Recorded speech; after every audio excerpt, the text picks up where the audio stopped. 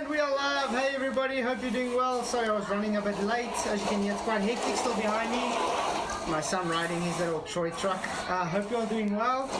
Tonight is again a hot evening. Give me 2 seconds, I just have to get my child to keep quiet a bit.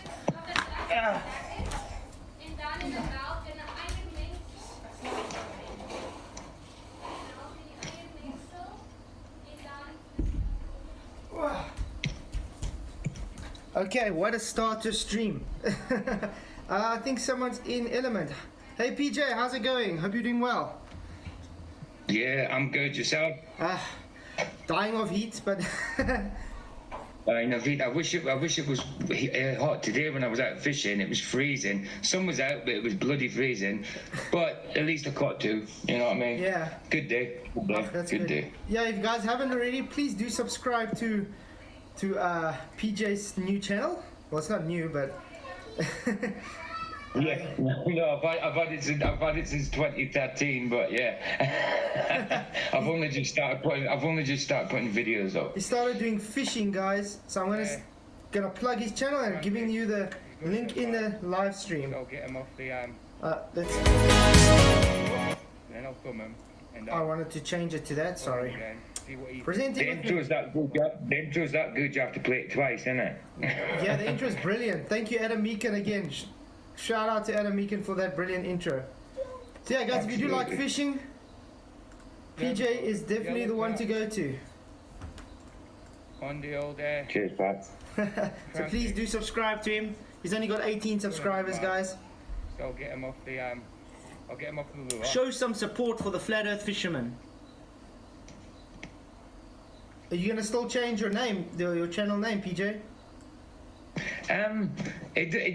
That one that Michael suggested does sound quite appealing, doesn't it? Sounds catchy, yeah. So we're not gonna tell anybody what it is. He's just gonna change it. yeah. I'll just change it. Yeah, but that means if I change it, does that mean in YouTube live chat? Just say I'm in your live chat. My name will then change from PJ Cruikshank to whatever I change it to. Yeah. Yeah. It changes everything. All right, cool. As long as well, I mean, with that name, people still know who I am. But it's a good name. I like it. Yeah, I like it a lot. Yeah, thanks to Michael for that one. Michael kind came up with the name. Brilliant, man. Nice one, Michael. So yeah, guys, fish know it's flat. Yeah, fish know it's flat because they have containment as well. Without containment, they wouldn't have water. Exactly. I like what Psych Bear said. Depends on what you mean by Big Bang. We all did come from a bang, our parents. Very true. So yeah, thank you everybody for coming. I just want to have a huge shout out to all the channel members, YouTube channel members and Patreon channel members for supporting this channel, and everybody that does support me with all the super thanks and all the super chats. You guys are awesome. Great news, tomorrow my webcam and microphone will be out. Bad news is I'm only gonna be able to stream for an hour this whole week, so literally just from 8 to 9 every night, which sucks. There you go. But yeah, it's only for the week and then it would get better. Hey Rob Keen, thank you for coming. Hope you're doing well. If you guys haven't known, this is about the Big Bang, and Neil deGrasse Tyson is up on the chopping block. Big Bang wrong. Out of 17 minutes. To be honest, I haven't. Well, we don't need to watch that. Yes, 67%, no, 33%. Thank you all for joining. Don't keep a fish out of water that long unless you intend to eat it. It wasn't that long.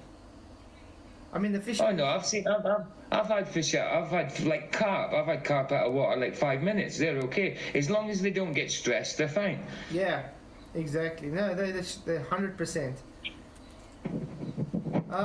I got Neil deGrasse Tyson on the Big Bang, and I've got National Geographic about the Big Bang. And then Lumpy was kind enough to supply us the Big Bang and stellar evolution. Why the Big Bang is a fizzle and stars cannot evolve out of gas. Hi Cosmic Surfer, good to see you. Dankie dat jy gekom het meneer. Bly jy kan hier aankom. Kwai lappies, alles goed aan jou kant boet? Baie goed, dankie, dis kaas cool. Okay, I think let's first go through this maybe, Lumpy, because this is going to be quite interesting. I love that. I think it was by, what's the guy, the author's name? Okay, it's on page 68 where we start. Let's just remember that. It's by Vance Farrell. Scientific facts which annihilate evolutionary theory. So this goes against evolutionary theory, guys. And it's based on science, apparently. So obviously he's probably a creationist. But let's look what he says. I'm gonna make it a bit bigger. Okay.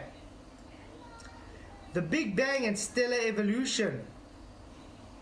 Yeah, Vance Farrell. Why the Big Bang is a fizzle and stars cannot evolve out of a gas. This chapter is based on page 1 to 47 of Origin of the Universe, volume 1 of the 3-volume Evolution Disproved series. Not included in this chapter are at least 104 statements by scientists. Wow. You will find them plus much more on our website evolutionfacts.org. Introduction. Look about you. There are clouds, seas and mountains, grass carpets, okay? The plains, I like that, the plains. That's quite telling, guys. The birds sing in the trees, farm animals graze in the meadows, and water brooks run through the fields. In city and country, people use their astounding minds to plan and produce intricate things. At night the stars come out, and overhead are billions of stars in our galaxy. Beyond them are hundreds of billion island universes, each with 100 billion stars. Yet all these things are made of matter and energy. Where did all it come from? That's a good question, because it had to come from somewhere, otherwise it would be a violation of the first law of thermodynamics. How did everything begin? All the wonderful things of life and nature. Evolutionary scientists tell us that it all came from nothing. Yes, nothing. That is what we've been taught to our friends, children. Let's go to page 67. Let's see. Hey Tony Whitcomb, thank you for coming. Good to see you. 33 knows, well, that's an awkward number. Yeah, everything's 33. Have you guys realized everything that's even got to do with this Artemis mission has got to do with 33 as well? Everything. I mean, even their mannequin is named 33 for Pete's sakes. What? Yeah. Wow. How's it going, Lumpy? Can you hear me? Yeah, I hear you. I hear you. Yeah, did you know the mannequin was named 33? No, I just heard that now. Incredible thing. Odd. Horrible. And while the rocket was orange and they have the checkered flag on there, and oh, no, it's not Masonic at all.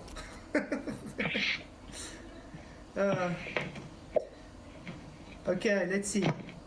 Big Bang and stellar evolution. And loved ones, you need to know the facts. In this chapter, we shall briefly view what evolutionary scientists teach about the origin of matter, stars, galaxies, and planets. And we will give you a basic scientific reasons why their cosmological theories are incorrect.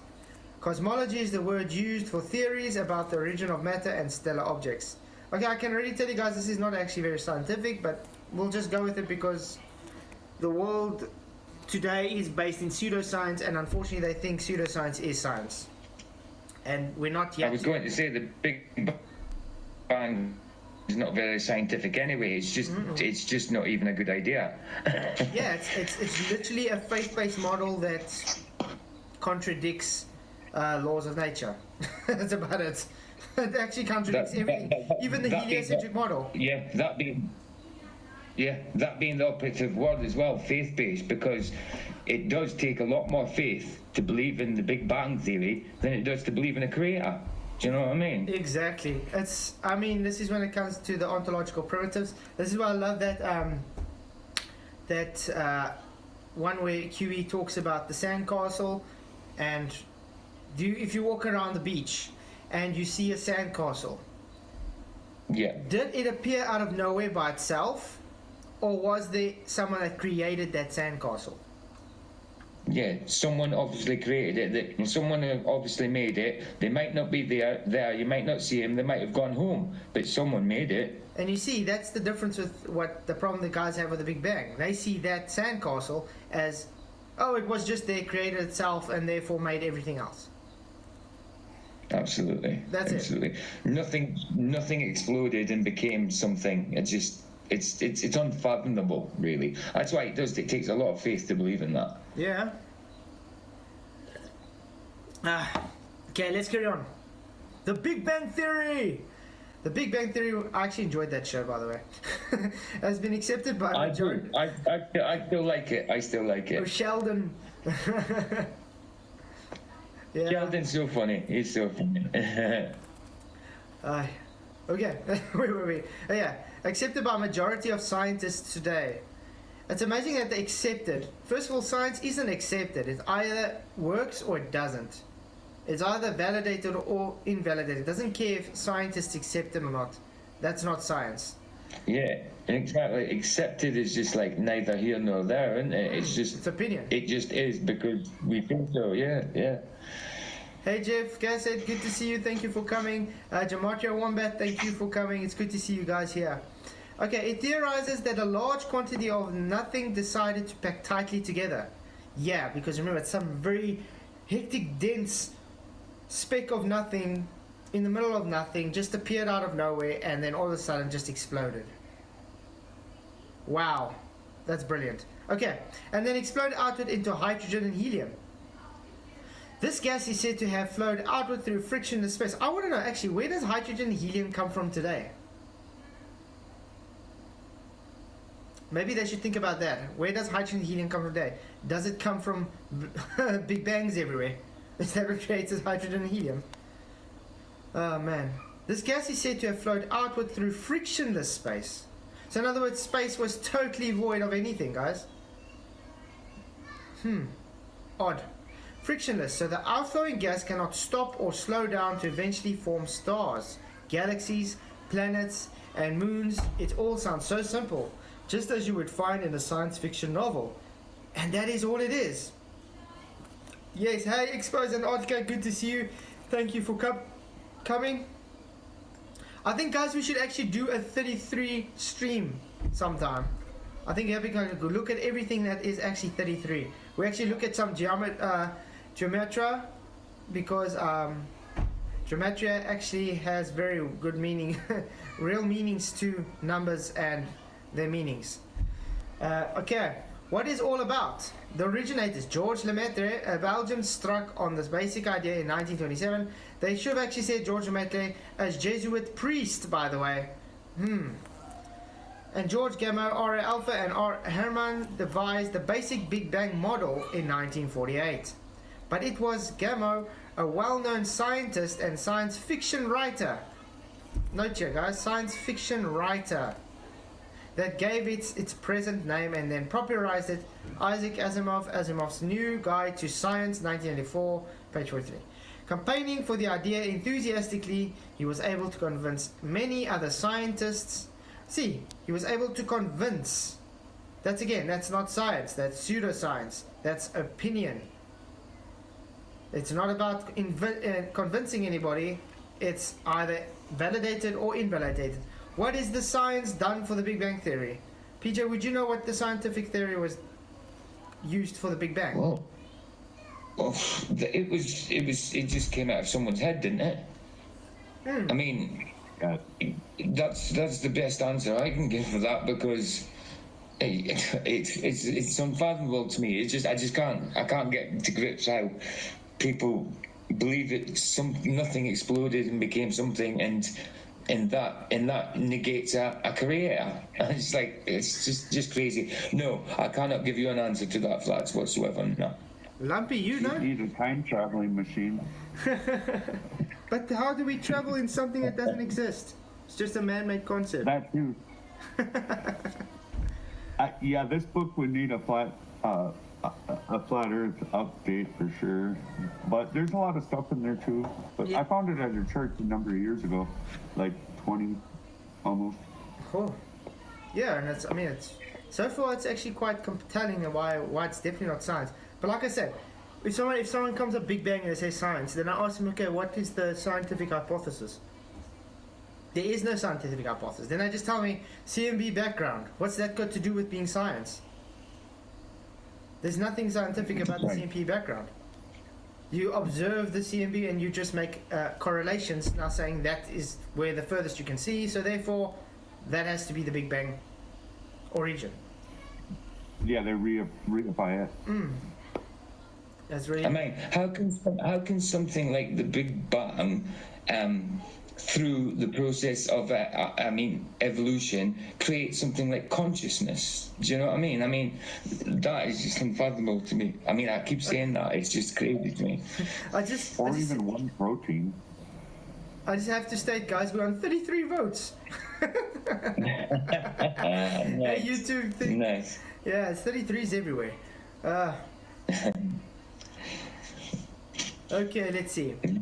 He used quaint little cartoons to emphasize the details. The cartoons really helped sell the theory. Just like maybe today is selling the theory of space travel because it's cartoons. You guys do know cartoons has got to do with mind control and hypnotism. We actually have to look into that sometime. I want to actually show some MK Ultra stuff as well sometime. Yeah. The theory, according to this theory, in the beginning, there was no matter, just nothingness. Then this nothingness condensed by gravity into a single tiny spot, and it decided to explode. That's practically all it is, yeah. That explosion produced protons, neutrons, and electrons, which flowed outward at incredible speed throughout empty space, for there was no other matter in the universe. Yeah, that's one thing. That's what I said. It goes against the first law of thermodynamics. Matter is not created or destroyed, can only be transferred or transformed.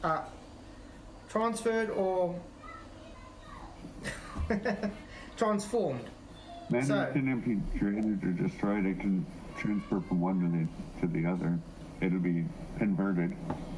Yep, definitely. Hey Gary Wabenga, definitely a flat Earth day. But yeah, I mean, if something now all of a sudden, let's say there was nothing, so it created itself to pack itself as a dense matter. That is already going against the first law of thermodynamics, because it created itself and decided to compact that energy, then later on just explode, everything going out in an outward fashion, and yet everything that's going out in outward fashion still manages to clump together by some weak force that's not even a force to begin with. Wow. Not insane at all. These first stars only contained lighter elements, hydrogen and helium. Then all the stars repeatedly exploded. It took at least 2 explosions out of each star to produce our heavier elements. Our heavier elements.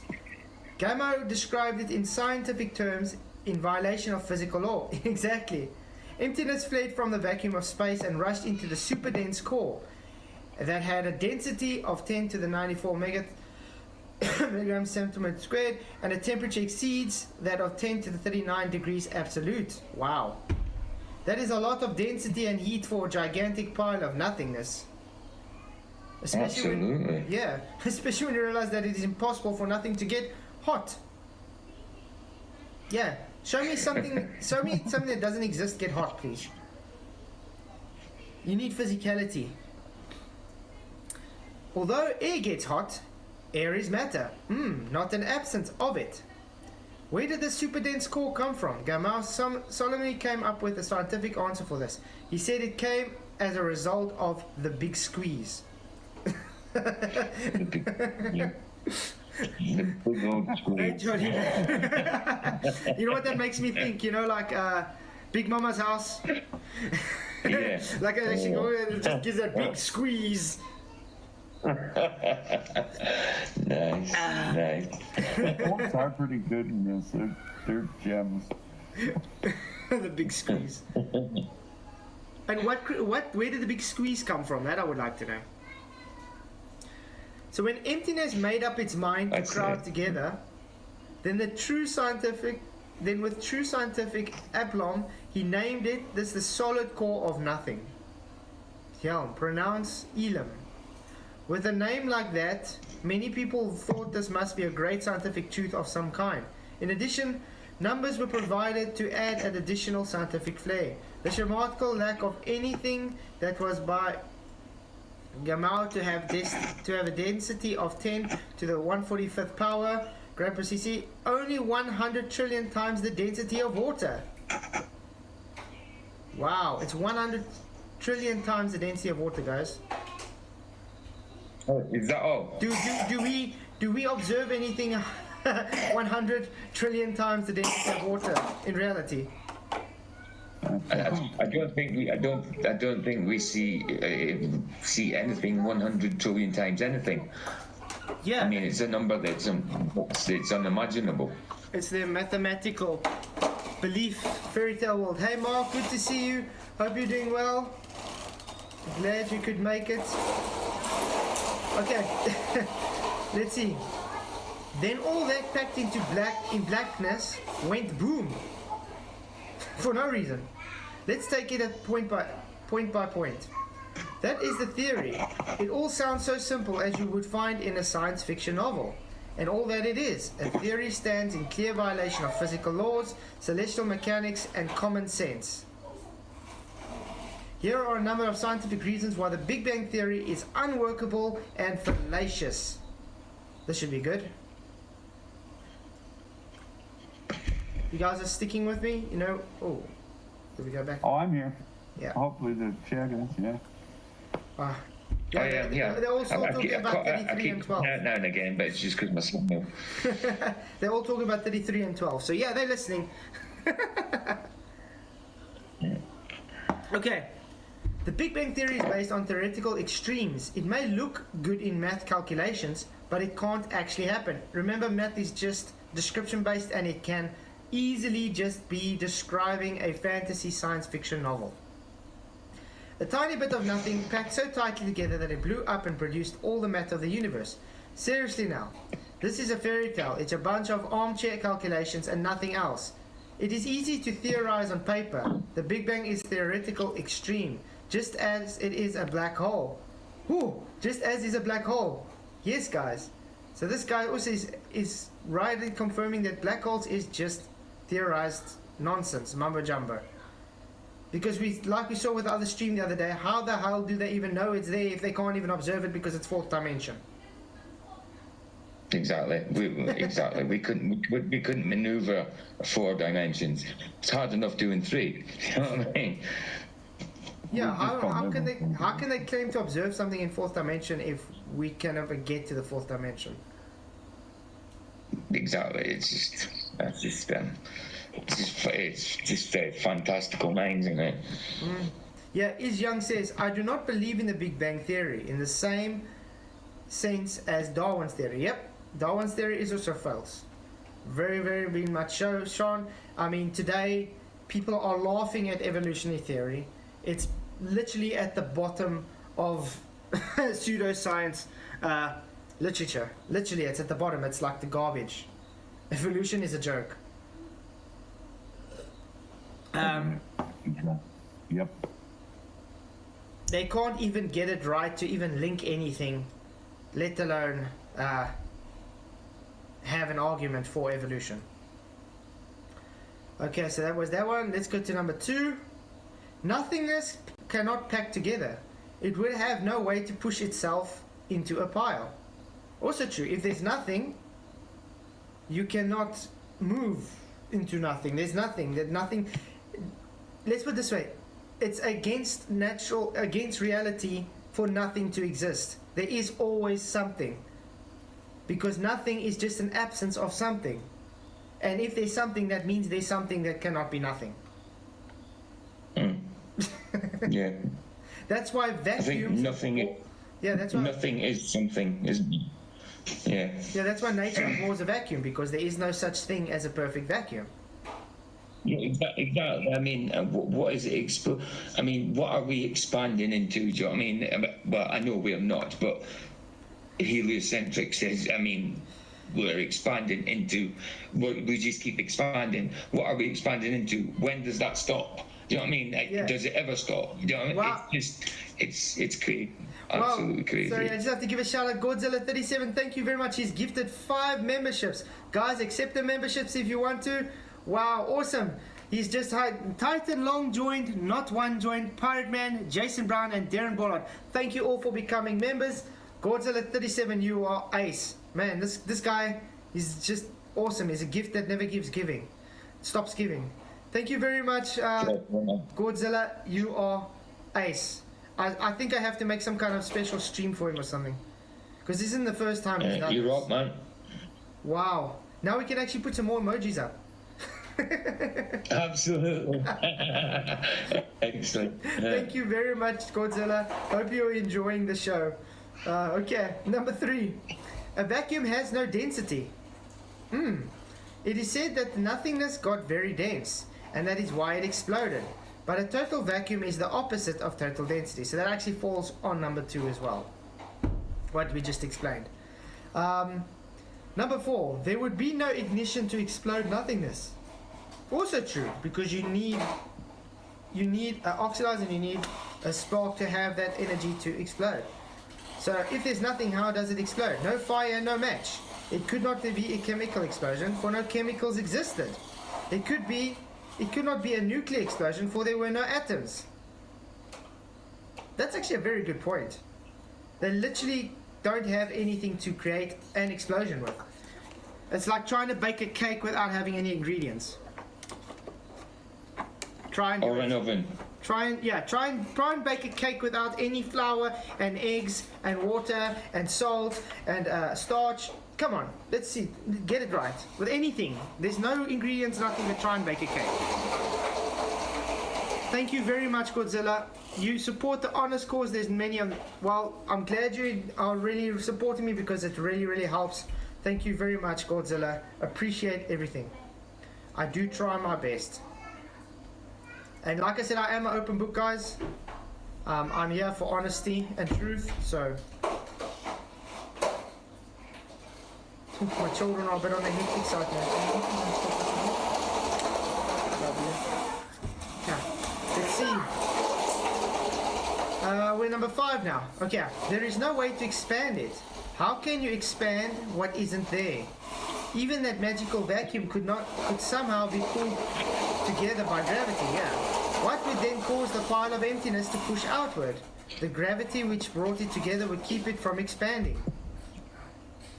Yeah, that would also be amazing. How did gravity just bring itself into existence if there wasn't anything? I mean, you first need an atom to actually have matter, to have mass, to actually have the so-called attraction, which isn't a force, that is a force, and yeah. Yeah, I mean, it goes totally against mass attracting mass. If everything's exploding out the way, going away from each other, why does mass attract mass? Yeah, but how did it even get to bond together in the first place to be that very dense matter? Exactly. You need gravity to make mass, and you need mass for gravity. Yeah, but gravity doesn't exist. It wouldn't be able to do that in the first place. Because remember, gravity is not real. It's literally it's a curvature, a fourth dimension observed space-time bent. That's it. So it's just bending the space around the masses, which gives the effect of it coming together. That's why they say we're not actually things aren't accelerating down to the floor. We are accelerating up in all directions. Yeah. Which is a part of rubbish, but yeah. I still want to know How do people believe in, when you really look at all the convolution of it all, who can really hold all these thoughts together as a belief anyway? I don't know. I mean, look at a ball. Now they're saying, based on general relativity, we are accelerating upwards. Now, if someone's on the bottom of the ball and someone's on the top of the ball, well, obviously there's not top, but you get different zeniths. Every zenith is supposed to be accelerating outwards. Is the Earth growing or something? What's going on? Yeah. It contradicts itself. It must be growing because we see too far. But you see, their explanation is it's not actually, it's just seeming to have that acceleration, which is actually the acceleration, but we can't observe it because that means it's fourth dimension and we are three-dimensional beings. Yeah. They're just adding time to the equation. Yeah, man-made concept. Yeah. Mm-hmm. Another man-made concept. It's sad, actually. Oh man. Yeah, Clabrigus, thank you for being here. Don't forget Sting. He walked in on the moon too. Yeah, the man on the moon. Yeah. Anyone see the moon mission today? Just real curious. Today? No, I didn't. In their live streams and stuff happening, or is that Monday? It's like, is there anything that anybody's seen? I think it was supposed to be today. I think we can actually look at it a bit later if you want to.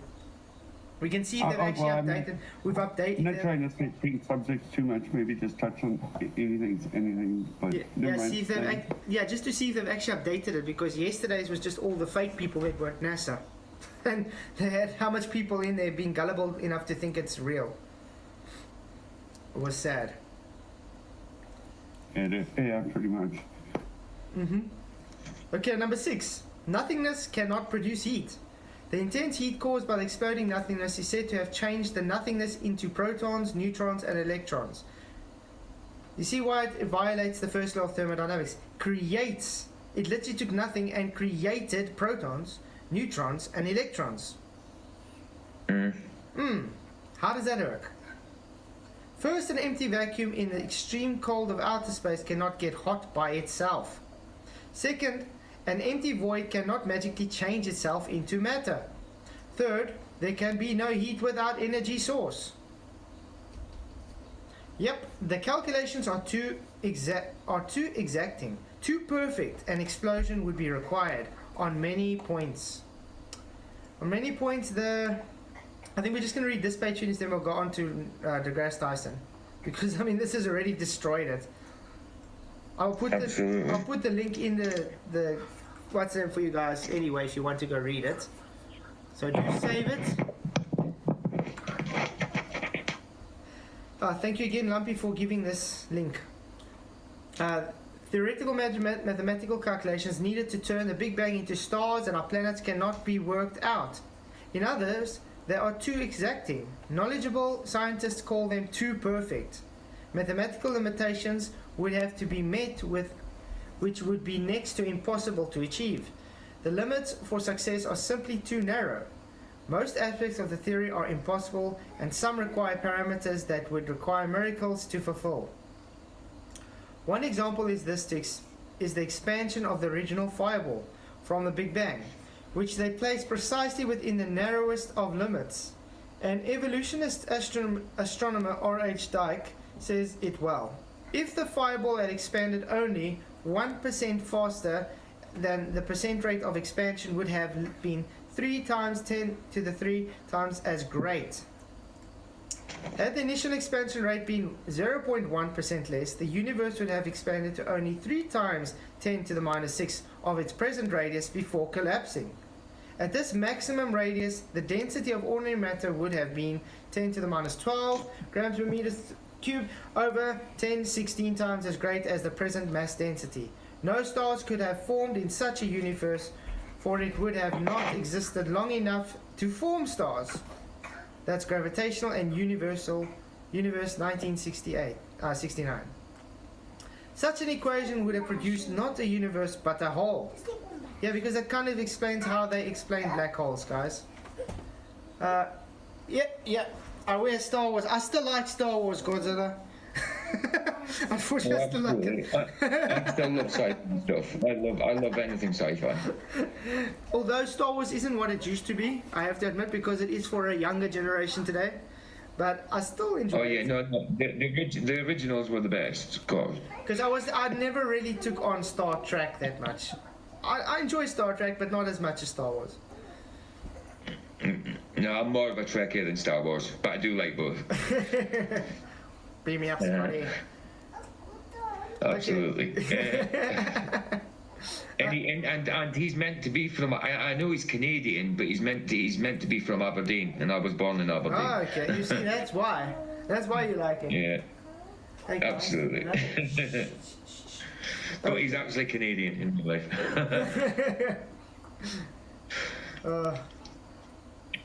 Yeah, hey. How did I put it? Okay, let's see. Peter, in 1974, developed a complicated mathematical equation that showed that the theorized Big Bang could not have exploded outward into hydrogen and helium. In reality, St. Peter says the theoretical explosion, if one could possibly take place, would fall back on itself and make a theoretical black hole. Yeah, but it wouldn't be able to even make a black hole because nothing existed. You would need something to exist to be able to make a so-called black hole. This means that one imaginary object would swallow another one. Yeah, so nothing swallows and nothing as well. Star Wars is woke. Now so that ended. Yeah. Well, you think that is a bit woke, yeah. That's why I say. So's all the superhero stuff now. It's all woke, all of it. Yeah, very true. That's why the people don't like. And I love superheroes. I was a big superhero fan, but nowadays it's gone terrible. Yeah, I like I said, today was the first time in a long time I could actually watch a movie from start to finish, and it was actually nice. I enjoyed it, although I found myself the whole time saying, "Okay, that's a bit impossible. That's a bit impossible." But I just stuck through it and I went through it. I was watching that Infinity with Mark Wahlberg. It was actually a good movie. I was surprised. Yeah, I watched it. I can't remember much about it. I watched it. And it's where they reincarnate every life, and then the bad guys want to destroy everything, so there's nothing to reincarnate to. Because he doesn't want to. One of my favourite sci-fi films is Predestination. Have you ever seen that? No, never heard of it. Oh, no, it's brilliant. It's excellent. It's hard to explain. It's a bit convoluted, but it's basically a snake chasing its own tail. It's about the same person in different times, but he's his own father and he's his own mother, and do you know what I mean? He's of the same person. He's the baby, the mother, the father of himself. Yeah. Do you know what I mean? Through time travel and that. It's really good. So it's really interesting. I was actually looking into it. I was actually looking into it. Yeah, Predestination. It's what's his name? Oh, Ethan Hawke. Ethan Hawke. Ethan Hawke. Okay. Psych B. Yeah. That's actually very true. They did. There is not enough. There is not enough antimatter in the universe. This is a big problem for the theorists. The original Big Bang would have produced equal amounts of positive matter and negative matter, but only small amounts of antimatter exist. There is as much, obviously. Like I said, sorry guys, just give me 2 seconds quickly.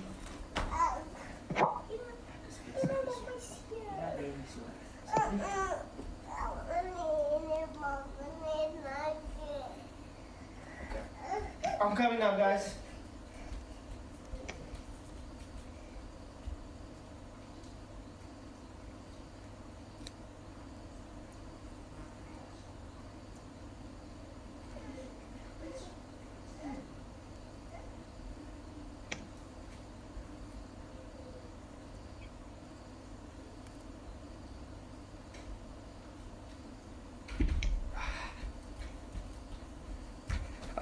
Don't you love children? Yeah, sorry, my daughter was, they're sharing a couch with my son, and she's kicking him because she doesn't want to lie with him. So I just took him to the mother. Okay. It's mad because I can hear your voice, but you're not sitting in your chair yet on YouTube. Oh really? Yeah, it's the future me, guys. I'm time traveling. 60 votes. Big Bang wrong. 61% say yes. 39% say no. Obviously, the people that say no haven't just went through us with that journal we just went through. Yeah, Vern Sparrow is an Adventist. Yes, he is fetishist. He's an Adventist and a creationist. But the points he brought up is logical deduction. That's the whole point. I don't really care if he's a Muslim or even atheist. The point is that the points he brought up shows that the Big Bang is just against logic. Okay, guys, now the fun starts. Yes, Owen, now the fun is going to start.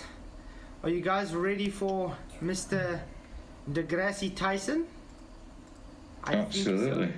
Let's get it on.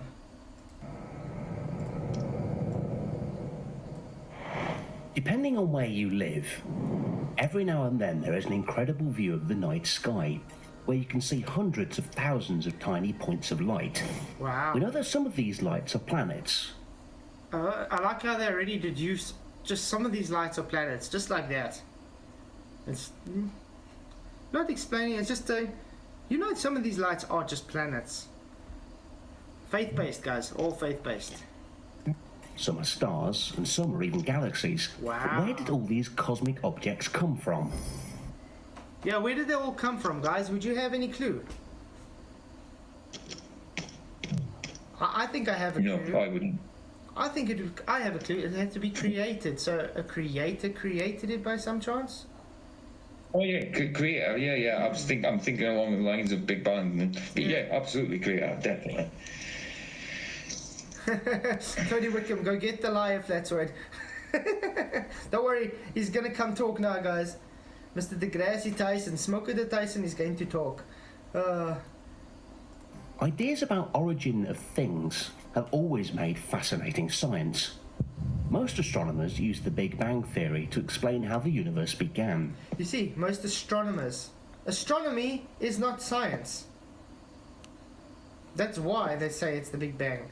They're all pseudoscientists. If astronomers can actually come and show us any scientific hypothesis that they've done and actually validate it using science, I'm all ears. Please bring it.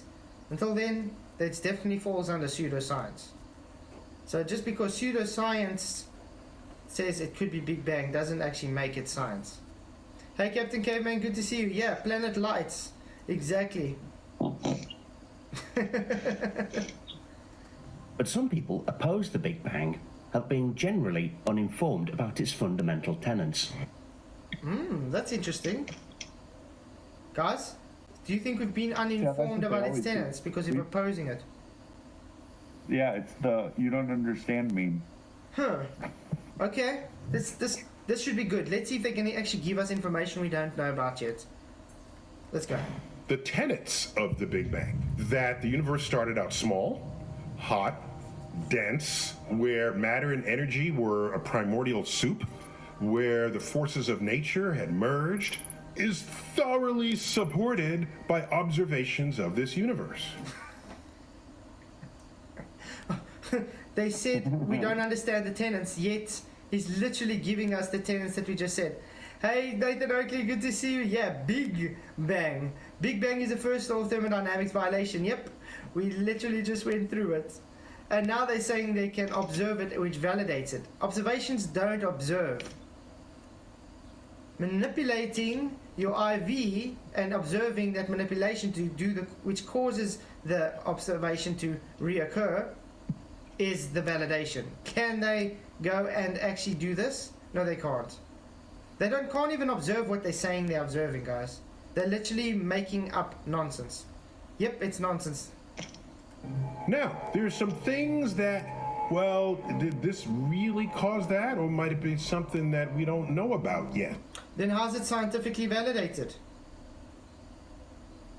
Exactly. If you don't know about it, how can it be validated? You know what I mean? He just literally said the observations validated. Now he says we don't know about it. Huh? That doesn't make sense. Hey, Yeah, Wise Call, thank you for coming. But that's an oxymoron, Yeah. without a doubt. Contradicting himself in the same sentence. Oh, wow. Yeah, a bundle of energy that appears just when the equation needs it. Hey, Face Reality, good to see you. Thank you for coming. Hey, Flatzoid, it's my favorite space down to debunk. Be Winnie the Pooh Tyson. Yeah, good to see you, Face Reality. Thank you for coming. So far, he's already contradicting himself in the first 1 minute, and I think he was only speaking for 10 seconds now. So, yeah. And who ordered up the dark matter? We don't know where that came from. And More, I don't know where that came from, but it's scientific valid. We observe it. Yep, energy. Pronouncement. Energy, the strength and the vitality required for sustained physical or mental activity. Yep. First law of thermodynamics. Energy can only be transformed or transferred. Can neither be created nor destroyed. The Big Bang violates every single one of that. Tenets for the first law of thermodynamics. Power derived from the utilization of physical or chemical resources, especially to provide light and heat or to work machines. Nuclear energy. Yeah, so it's transforming energy. There you go. Where's this expansion? We don't know where that came from, but we can describe it and we can measure it. We don't know where it came from, but we can describe it. So no, it didn't come from a creator or anything, but we're just telling you it created itself. It came from because we claim we can describe it. Big Bang cosmology is based on the strength of many arguments, yet there are still some unresolved issues. Wide range of empirical evidence supports the notion that the universe has been expanding and cooling for the last 13.8 billion years. Whoa. Did he just say empirical evidence? Where's this empirical evidence for that 13 point whatever billion years he's just said, where it's expanding and cooling? I don't know, Lumpy or PJ, you guys have any thought of that? Because I haven't ever seen any empirical evidence for this. No empirical evidence for anything going on with looking at a light in the sky. And also, like we said, how does something expand into nothing? Yeah, there could never have been nothing. There's always had to have been something through the creator. Nothing. There can't ever be nothingness. It's just impossible, or it's impossible for my mind to work out. You know what I mean? To fathom.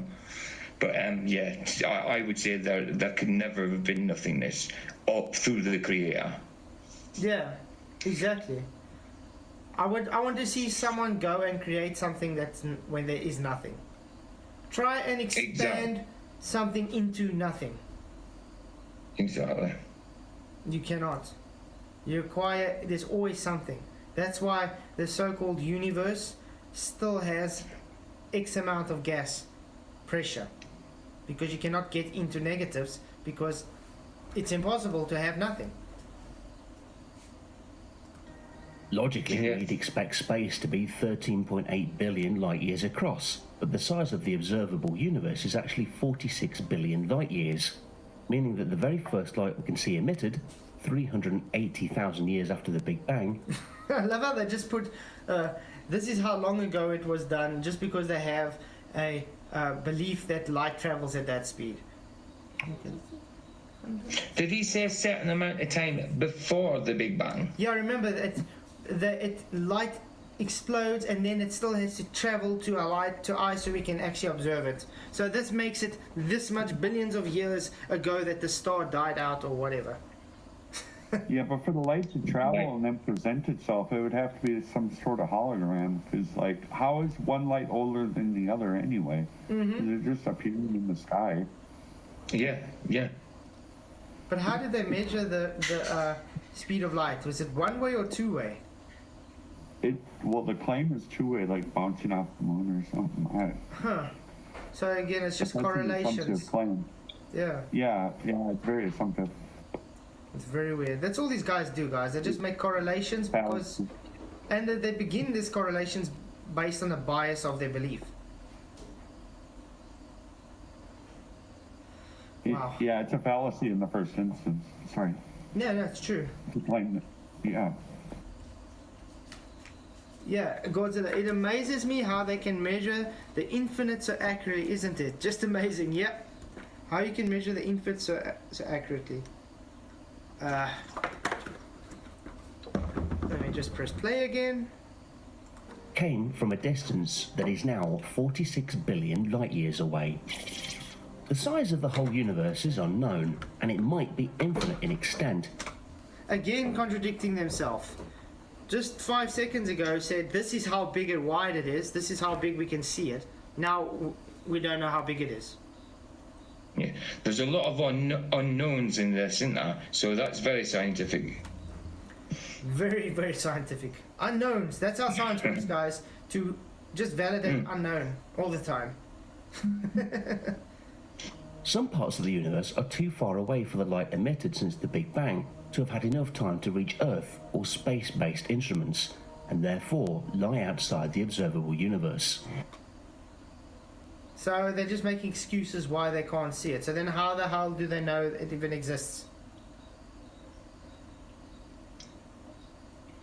Because that then goes against their theory that there was an origin of the Big Bang coming towards them, because then they would have seen that origin as well. Now, because there's parts that they don't see, they have to make a story up. No, they just can't see it. So we just leave it like that. But that's not science. That's not nothing with science. That's just bias. Because my scientific theory, that's not actually science, doesn't work, I have to make up an excuse why it's not working. But hey, let's just ignore it. That will work. So therefore, it still works. We look out to the edge of the observable universe, and we see light that has been traveling for 13.8 billion years. Godzilla. My wife can turn nothing into something. The something is always destined to become my problem. Okay, wives do have that ability, Godzilla. But then again, God gave them that energy to transform into that something. So it didn't really come from nothing. But the argument usually comes from nothing, though. Good one. That gives us That was great. evidence of the Big Bang for that part of the universe experiencing it at the time it emitted that light. That horizon continues to push out. Whoa, horizon continues to push out. You stepped in it. What's an horizon, guys? Place where the sky meets the ground, and Can you guys see sky and ground meeting anywhere? No, it's a bit of a strange word to use for it, isn't it? Yeah. Horizon. Okay, let's see. Let's listen on. As long as we keep seeing evidence of the Big Bang, we are still moving into a universe that's our whole. Imagine the day where that horizon washes over the last bit of matter that experienced the Big Bang. So is he saying where you can observe this light means it's the horizon? Is that what they're trying to say? That sounds like pure waffle to me. Hey, Yeah, Michael, well, good to see you. It How you washes, doing, it washes over what? mate? Out of yeah, nothing. all the matter has recreated itself since the Big Bang. Therefore, the last little bit, it's Do you like know- the Mohicans or something. Yeah, it sounds like a computer world rendering the way he's describing it, you know? Yeah.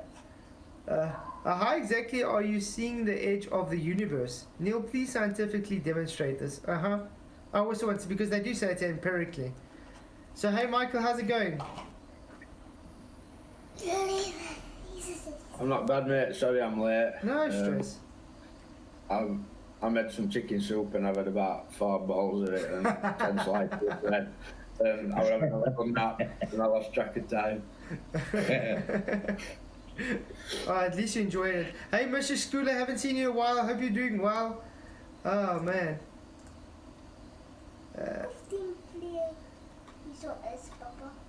Huh? What's it?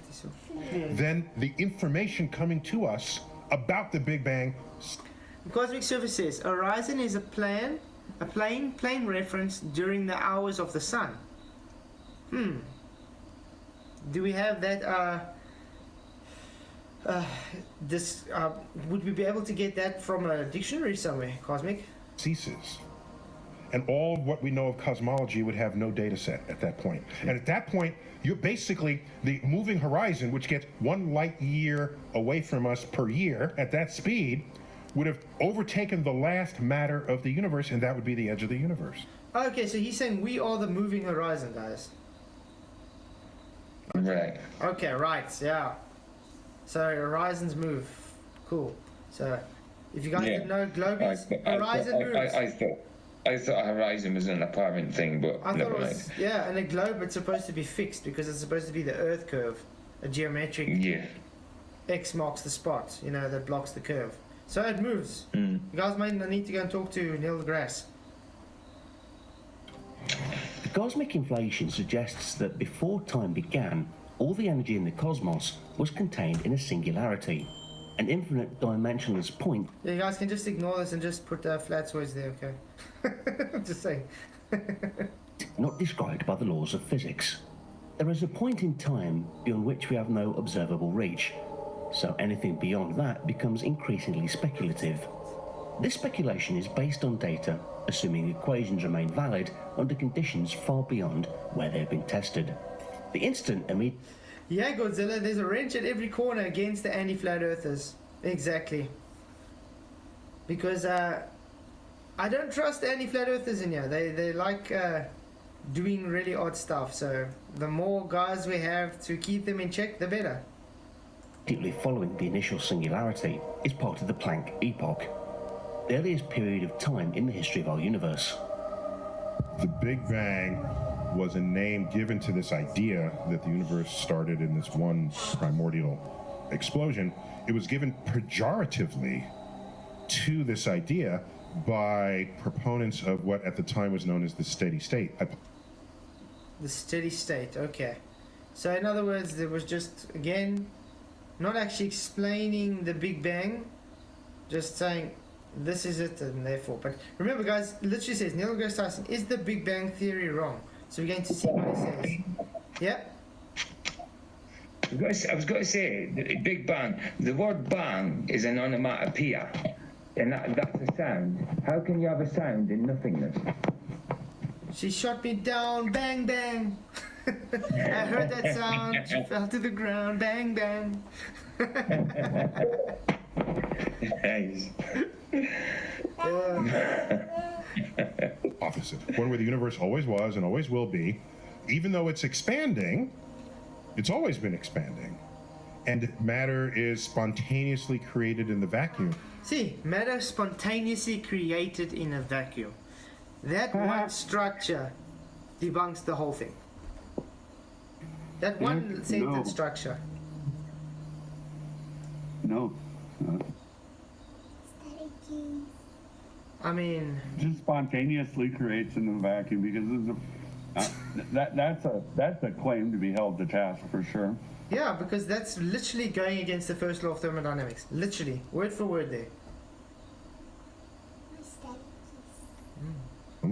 To fill in for where space is getting thinner. So that you'd all Godzilla, there are lying snakes. An honest globe believer is one thing, but these dedicated types with no argument, like Dust and Bones, for example, yeah, poor snakes.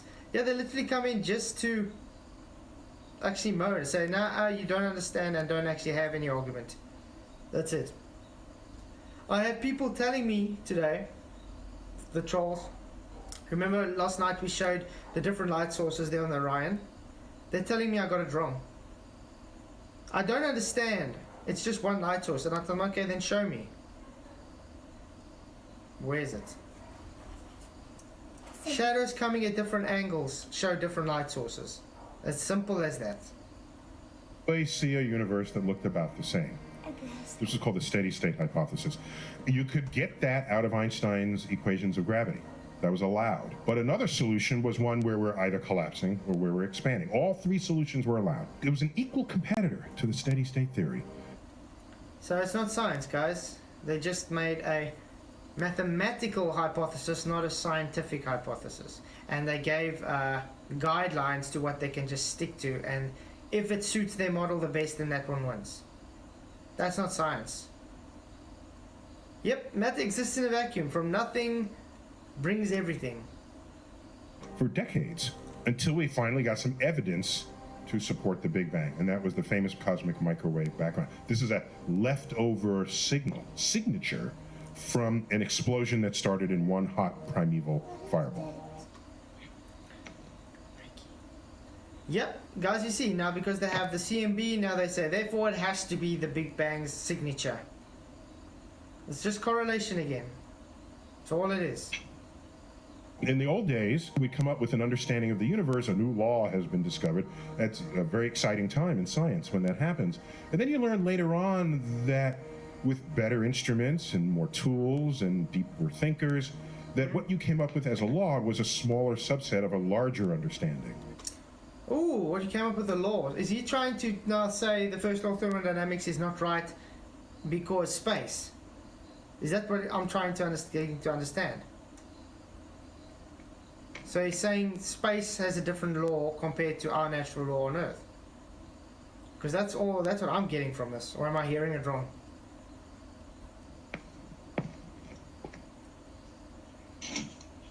Hey guys, can you hear me? No. Sorry, no, it sounds about right to me. But, well, it sounds all wrong to me, to be honest.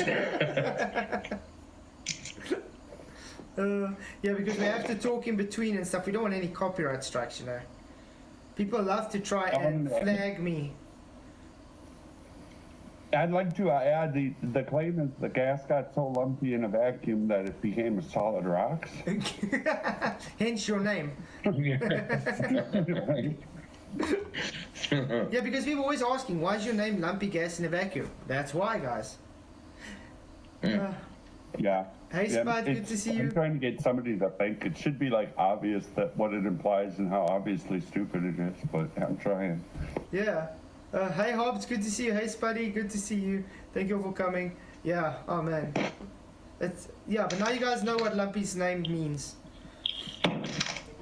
So you shouldn't call it a law, but it works. So we just use the word theory for everything that works now. Oh, that's quite a statement and a half. Yes, thank you. That's quite a statement and a half. Just because it works, so therefore we'll see it as a theory now. PJ, I think we can hear you on mic the whole time. Okay. So it's not like science goes from one truth to another truth, discarding previous truth. Not the physical sciences, at least. According to Tyson, progress has already been made to resolve some of the problems with the Big Bang. The most significant modification is known as inflationary cosmology, where the energetics of the early universe passes through a phase that spontaneously triggers a period of extremely rapid expansion. Again, this cannot exist because it had to literally come, well, how they explain it, came from nothing. Yeah, they keep summoning these galactic clouds. Exactly, Arwen. They give a lot of galactic clouds. Hey, Quinlan, nice to see you. Thank you for coming. Mystery Scholar, yeah, much love. Blessings to you too, man. Thank you for coming. Glad you could make it. We haven't seen you in a while. We should actually get together and have a stream sometime. If you guys haven't already, do subscribe to Mystery Scholar. He's also got a channel where he does a lot of things like what Martin Liedtke does. Looks at a lot of history stuff and just goes through it a bit. It's quite interesting. Big Bang models have revealed new mysteries of their own. For example, the horizon problem, the magnetic monopole problem, and the flatness problem are most commonly resolved with inflationary theory. I like that. 3 problems, and then inflationary theory just automatically fixes those problems. But the details of the inflationary universe are still left unresolved, and many, including some founders of the theory, say it has been disproven. Judging inflation on how well it fits with anybody's speculative ideas about Planck scale physics, physics that is well beyond what is observationally tested, is Physics which is well beyond what is observationally tested. Then it's not physics. Then it's simply not even science. You cannot actually claim it to be a scientific theory. You cannot claim it to be anything other than an observation. Yeah, beyond physical. It's like it's an advancement. He's presenting the idea as it's an advancement to science or something. Yeah, it's like they're trying to put in the category of supernatural now. So in other words, they're putting it in the same level as God. Remember, God is supernatural. He's above the physical. He's above natural. Now they're putting this in the same level as above natural, above physical, in supernatural territory. So in other words, they can just as well say it's ghosts that run this universe. Casper went and lit a candle and that caused the Big Bang to explode. That's what they're saying. Space ghost. Yeah, it's a space ghost, guys. They might as well say that. Or the space yeti. He swam in nothing to all of a sudden explode. He put a stick of dynamite in a dense thing to make it explode. Oh man. Sad. The appropriate are still left unresolved. According to Tyson, scientific evidence in support of a theory sometimes takes you places where your senses have never been. Tyson explains how science develops over time and how scientists are usually wrong as Science doesn't develop over time. The techniques that you use science develops over time. Hey Darren and his daddy, thank you for coming. Good to see you. Glad you could make it. It's so good to see so much new faces in chat. Really enjoying it. Thank you guys for coming. Appreciate all your support. If you guys like this and you haven't already, please just hit that like button and share so we can get out to a wider audience. And also don't forget to subscribe so you can keep up to date with the streams, which is practically every night. Every night now. Practically, yeah. My wife also asked me today, oh, am I streaming again? I said, yeah, it's Sunday. She's like, oh, okay, it's like every night now. So yeah, at the moment. Yeah, it is every night now, and it's getting longer every time. I remember it was like an hour and a half before. Now it's minimum almost 3 hours. 2 hours, 2.5 hours. You know. Brilliant. But yeah, unfortunately for next week, the whole week, when we do stream, it's only going to be an hour long though. So. Yeah. They did explain that. Yeah. Yeah. Wow. So next week, I'm unfortunately I'm going to be a bit busy, especially with work and stuff. So it's going to be hectic. The end still ends up correct. So there's a lot of misunderstanding about science as an enterprise. If you perform an experiment that demonstrates the conduct of reality, maybe I don't agree with that experiment because maybe I think you're biased. That's not science. What is the one thing he said wrong here? He said let's just listen to that word again. Well, first of all, bias has got nothing to do with science. An enterprise. Scientific enterprise. Science isn't an enterprise, it's a method. So that's red flag number one. Perform an experiment that demonstrates the conduct of reality. You perform an experiment to demonstrate the conduct of reality? No. You perform an experiment to figure out the cause for the observation, for what you've observed. That's what it is. So another red flag. Maybe I don't agree with that experiment because maybe... You don't agree with that? That means you have opinions. Science is not opinions. So guys, Neil deGrasse Tyson is literally saying here, he's not a scientist and he doesn't do science. Pseudoscience in a package in like, literally saying it in a few seconds. Maybe I think you're biased. Then you're trying to get that result, and you're either intentionally biased or you're passively biased, but I'm going to doubt you. I'm going to perform that same experiment and see if I get the same result. If I get the same result, and I'm a completely different person, then maybe that result is reality. Now, but still, 2 is not enough because I use an experiment of the same design. A third person comes in and say, I'm not going to use that design because I think that design of your experiment is flawed. Because this is an important result. I'm not going to base the whole thing on just what... Experiment design, okay, but as long as you're keeping to the same hypothesis, so you're going to be manipulating the same cause to get the effect. I put a good point in chat above. Did you? Sorry, I didn't see that. Tony, let me get up.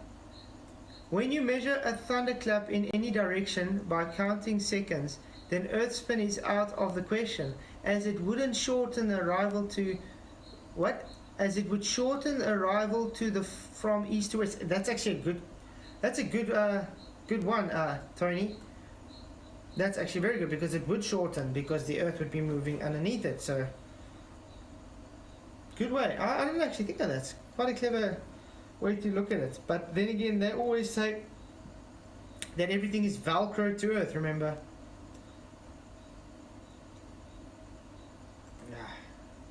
You got it, right? So now you create a whole new kind of apparatus and you have the same result. Then you have experimental consensus and a new truth emerges. Experimental consensus. What the hell is experimental consensus? There's no such thing as experimental consensus. You take a hypothesis, you experiment on that hypothesis. If it validates it, it validates it. If it invalidates it, invalidates it. Finish and clear. Now you can create another hypothesis based on the predictions made of that hypothesis. Full stop. There we go. What's the issue? There's no consensus to it. See, this is the problem. These people teach normal people now today thinking this is science. It's not science because they use words in a way that makes them sound very scientific and intelligent. Have you guys realized that? So then the normal people, they don't actually know what the scientific method is. We'll just say, oh yeah, that's science. So therefore they're right.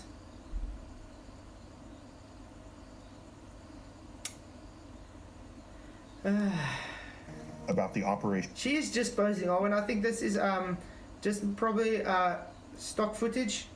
of nature. That truth does not later on get overturned. That's not how it works. What gets overturned are ideas that are not yet experimentally verified. And any research journal is full of ideas that in 6 months or a year will get tossed, modified, reworked, ignored. So people say, oh, science is just one day you want to believe this and then you believe that. And I say, what's your best example? Look what they're showing here, guys. That was unexpected.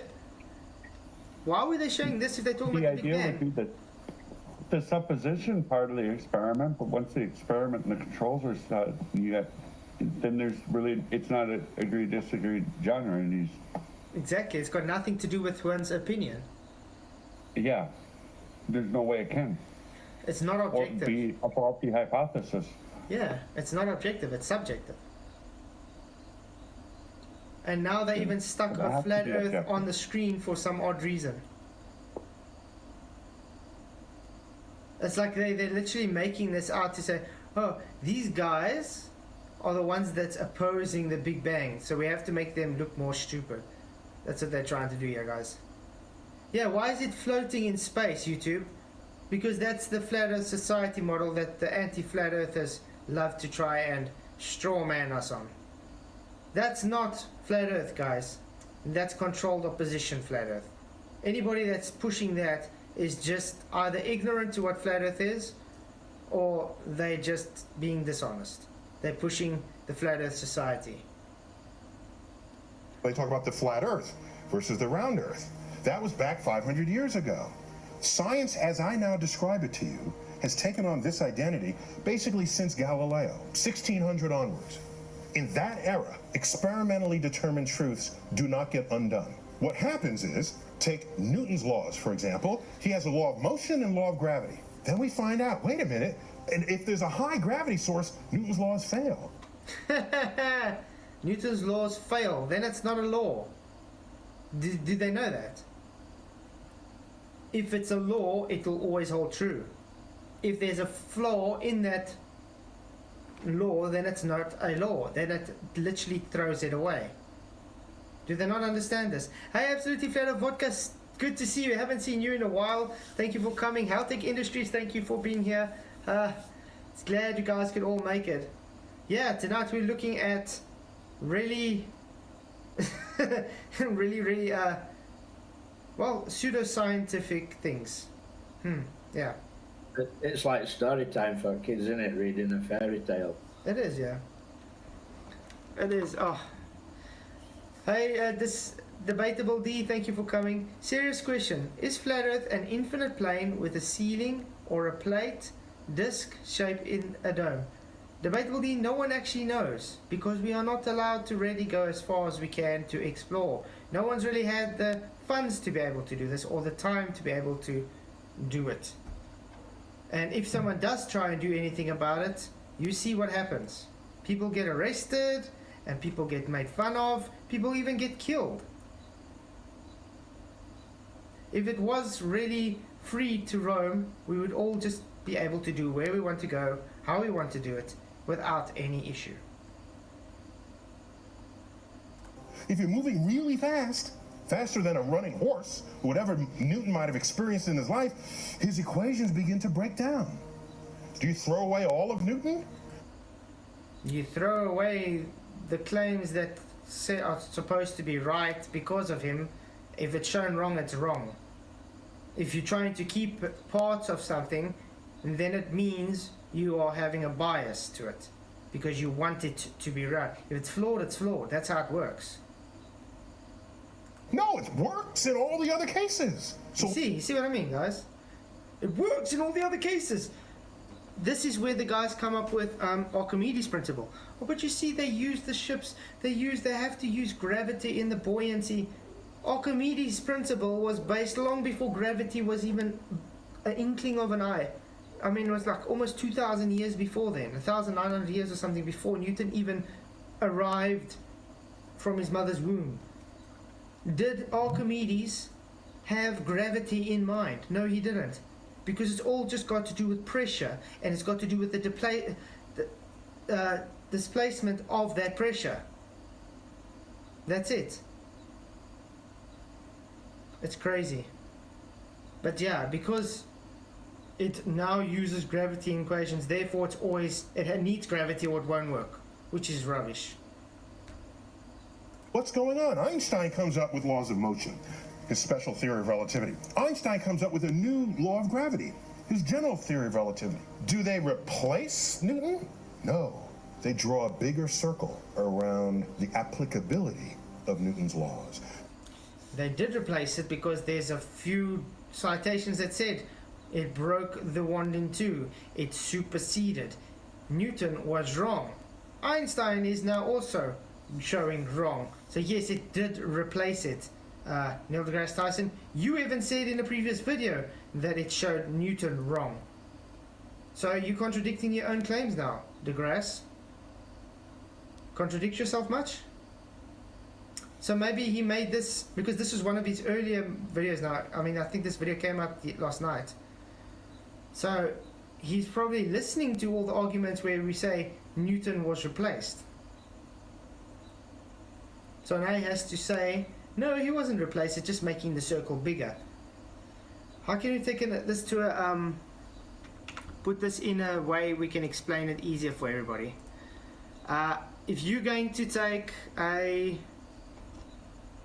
theory of a cup, let's say you were theorizing a cup. Now it's open in the bottom.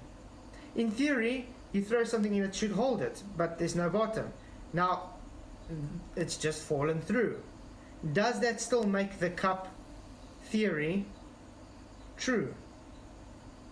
In parts, the walls, it still work like a cup would work, it just doesn't have a bottom.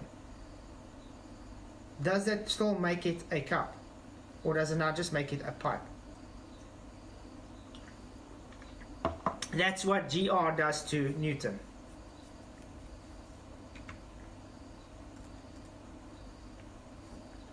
Newton's laws apply here. Einstein's laws take over for the rest of the universe. And if you put in low speeds and low gravity in Einstein's equations, they become Newton's equation. Given that fact, all I will tell you is a strongly held idea that was not experimentally verified, but everyone was really sure it had to have been true.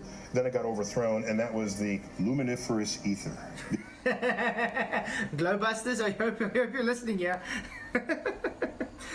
Lumpy, you probably have something to say about this. Luminous ether. It's more nonsense, obviously.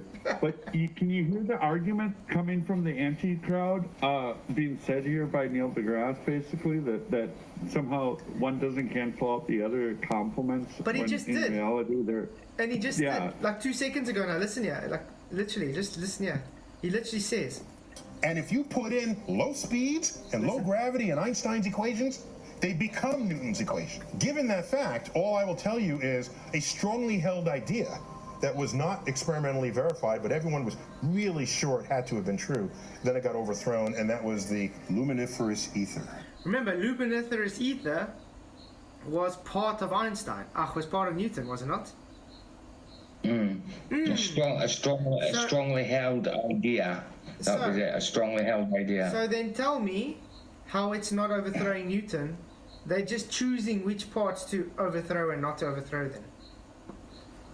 Yeah, being selective. And I want to see how Newton being in Euclidean space, general relativity being in pseudo-Riemannian space, can be together. They're in different dimensions. They cannot support each other. Not at all. Remember I showed you with gravity where they literally show GR where it says there is no gravity on Earth. Why? Because that's what GR means. There's no such thing as the force. There's no gravity. It doesn't exist. It's a effect of observation. Where Newton is, it's a physical force having attraction of masses on Earth. GR threw that away. So they cannot be one another. The one literally cancels the other one out. They do not work together. So that's a total lie from him, by the way. And I wonder if he'll get into any kind of like way to isolate what the luminous ether might be, and like, because it's going to be just this abstract thing. Yeah. And just some flame. What's ether? It's ether. That sort of thing. We still haven't got an answer for what is ether, guys. They just say luminous ether, and then where's the answer for it? The idea that sound requires air or table or some medium through which to propagate. Light, which is also a wave, surely must require a medium as well. But there's the vacuum of space, and clearly The vacuum of space still has medium in it, remember? It's not 100% vacuum. Did he ever think of that? And by the way, light cannot be a wave because we've actually done a series on this. What is light? It's a 2-part series. I think we're going to do part 3 because we found someone else using a fog machine with the double slit as well. And she probably actually watched what we presented because she's literally ignoring us now. Because if you watch 6 months back, Michael, I don't know if you watched, 6 months back she was actually trying to figure out how she would see it. She didn't know about using the fog machine. And now that we use the fog machine, and now all of a sudden she uses it. Not up until John had done that smoke test. So. Exactly. No one actually used it until then. And she still... But then they always, all these people, they all do a double slit, but they never do a single slit. Yeah, but not just that. But you see how she was equivocating. Oh no, it has to be a wave because of this. Yeah. Totally bullshit. And she's not even replying to any messages. Kind of. I've had a few replies off somebody silly in comments like telling me that if you do a single slit, all you see is a dot. I'm like, yeah, cool story, mate. Run along. You don't know what you're talking about. I was going to say, you've done that test, Michael, and that's not what you've seen. No. Exactly. Mr. Obvious, yeah, the apple hit him on his head like Humpty Dumpty. It probably gave him brain damage. That's why he thought it's a mass attracting mass. Must have been a big apple. Yeah, I was going to say, I was wondering if it was actually an apple tree or if it was like a coconut tree instead, you know? Yeah. Yeah, this debatable D. I actually have a 2-part series why we say light cannot be a wave. It's a false equivalence. You might want to check it out. There's part 1 and part 2. You get light from the sun and the rest of the stars. So what medium is carrying the light? So everybody invented a medium, the ether, calculated what light must be doing through it. And in the late 1800s, early 1900s, experiments were done to show not only do we not need the ether, light travels just fine through a vacuum, and it propagates in a different way from sound. So our I hope the Globebuster guys are listening to this. Because you do not need a medium for things to propagate through, like light. understanding grew, ether got thrown out the window overnight, and we moved on. Stop a minute, Yeah. Did he also say that it don't propagate same way as sound? It's not the same way as sound, yeah. That's how they say. Yeah. And these guys love using sound resonance to demonstrate their ether propagation. Have you guys realized that? The Globebusters, they're always showing resonance of sound propagation to back up their ether claim. That's why I mentioned that. Resonance. Yep. False equivalence, that's all they do. False equivalence, got it. And that's why I call them idiots. I'm serious. I'm really starting to think these Globebuster guys are literally out just to make Flat Earth look dumb. That's what I think. But Straight away. I mean, look how Witsit and what FTFE and them are debating now these days. Look how dumb Witsit arguments are getting. Literally, it's bubble gobble. Does he even know what the hell he's saying himself? No, he sounds like a car salesman now, you know. No, it's sad. Yeah. I used to really like Witsit as well. I used to really like it, but now it just, like I say, it sounds all garbled now. He sounds intelligent, but untrained there, I suppose. He doesn't even sound intelligent. He's trying to sound intelligent while he's got verbal diarrhea. Yeah. Absolutely. He's just got a good memory and he can remember loads of things and roll them off right fast. Yeah, but maybe he sits, maybe he just sits there and he just memorizes words so he can gobble them down to try and sound intelligent, because he thinks if he talks fast then therefore he sounds intelligent. Yeah. A lot of the words map he aren't does is even, incredible. some of the words aren't even coherent with the previous statement that he's talking about. Often he's not coherent. Yeah. Almost everything he says. Yeah, but yeah. Hey, Nick, not one. Good to see you. Thank you for coming. Glad you could be. Dalla, thank you for coming. Uncommon Sense. Glad you made it. Uncommon Sense. Okay, let's carry on. Thanks for watching. Oh, that's a pleasure. Yeah, if you guys haven't, remember. Do you like this video? Then show your support by subscribing and ringing the bell to never miss videos like this. Thank you for advertising for me. Well, we have another one from National Geographic if you guys really want to do that one as well. Let's do it. Maybe, let's go for it. But yeah, I think let's just give our final thoughts on the DeGrasse Tyson one first. How he tried to mold what an experiment was, and equate it to looking at things, and say that this new way is somehow superior. Yeah. That was my biggest takeaway. When it's not following the method in the first instance, in the claim itself, you know. Yeah.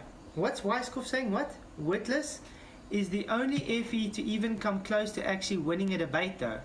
He knows the Earth is a sphere and twists the words of past scientific minds to suit his theoretical arguments. Weisskopf, that is actually rubbish. You I'm obviously just haven't going to watched... say, he's obviously not keeping up to date with Flat Earth debate, is it? Whoa. Dude, where have you Is been, Weisskopf come back to the globe? Oh, he's always been a glober. He's just been acting a flat earther, that's all. Remember, like we said, he was actually working for McToon to be one of those so-called I was a flat earther guys, you know? You know, like STST did and them? Because it's all in the end for publicity. Yeah, well, he nearly fooled me for a bit. Yeah, I gave him the benefit of the doubt, but hey, what can we do? Oh. Thank you, Della. I'm glad you enjoyed my show. I actually wanted to mod you last time. So yeah. Weisskopf, you obviously haven't even checked my debates, have you? Obviously not. Or Flat Earth debate, or any actual Flat Earther debates, for that matter. But yeah, back to Neil deGrasse Tyson. He had a lot of contradictions, and while didn't actually give a reason for the Big Bang actually existing. No, it was a lot of we don't know, but this is how it is. Weisskopf navigation is only for flat Earth, dude. The fact you say navigation is only for a globe, that tells us sorry. And you do not only become a flat Earther for 2 months. That's fake. Absolutely, absolutely. Tell us, what is the elevation angle, Weisskopf? There we go. Globe debunked. I mean, really.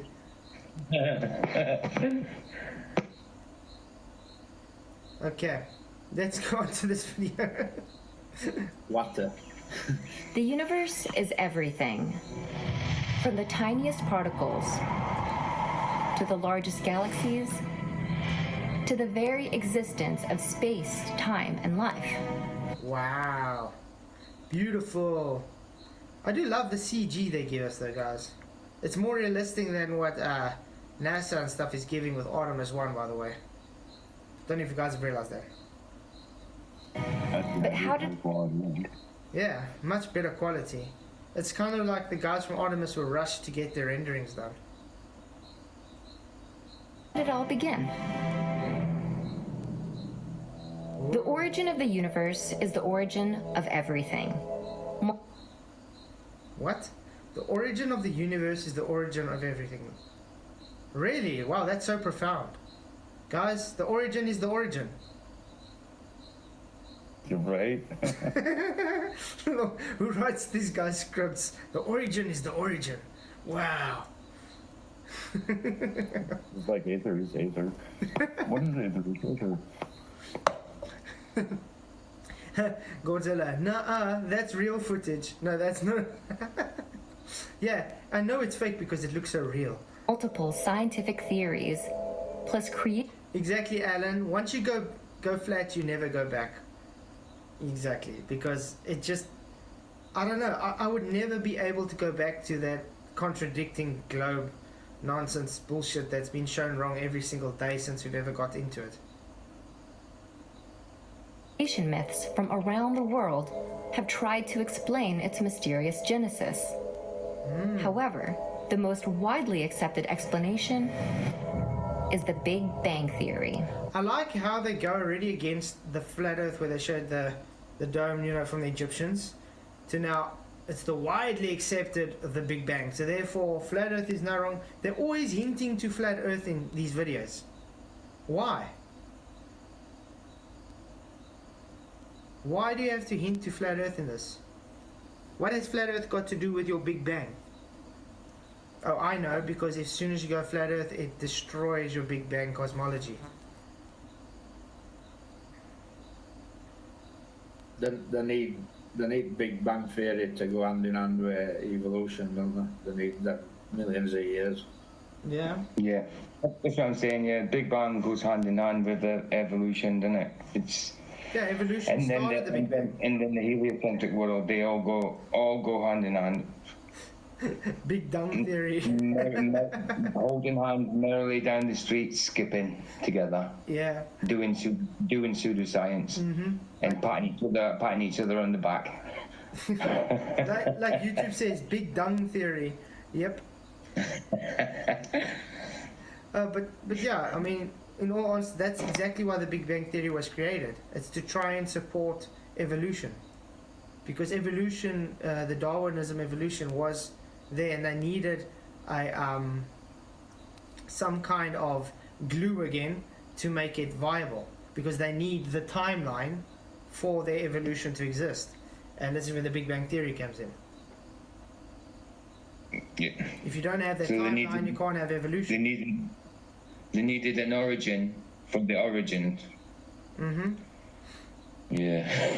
Because they got too much inconsistencies with their radioactive dating and stuff, so they need some other foot pedal to stand on as well.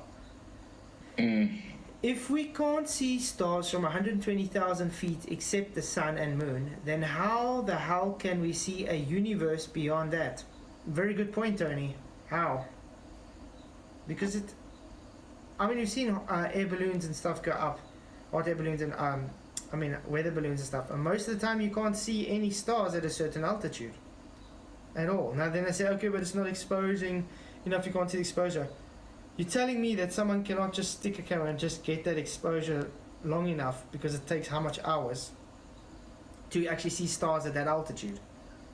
So what about when ISS is showing star trails on that? Mm-hmm. Exactly.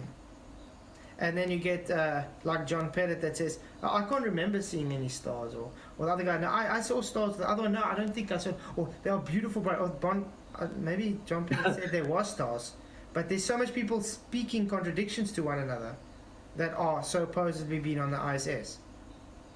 Don Pettit and that other bloke are looking at each other, and neither of them knows what to say. Yeah, it's like the one saying, yeah, I think we should be saying yes, it is, and the other one saying, I don't know. I didn't really realize there were stars. You in bloody space? You're telling me you can't see stars then? It's like they didn't get the story straight before they went on camera, but yes, some of them have seen stars well up there, some of them haven't. Some say the star's very bright, some say they're very dim, some say it's just like a blanket of black, some say it's like it's like speckled silver. It's just crazy, isn't it? So many different contradictions. Yeah. Oh, man.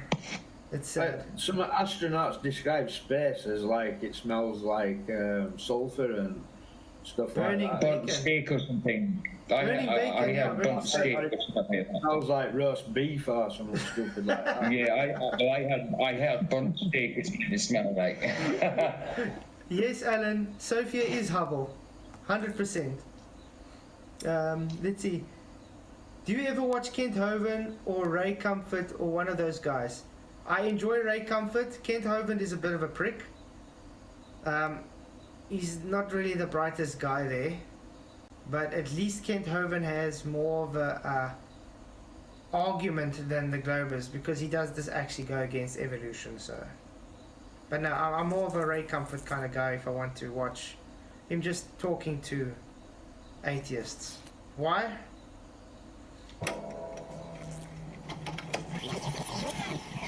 The Big Bang Theory states that the universe began as a hot and infinitely dense point. Only a few millimeters wide, it was similar. How do they know it was a few millimeters wide, by the way? Right. It was crowded. I know we didn't have rulers back then, did we?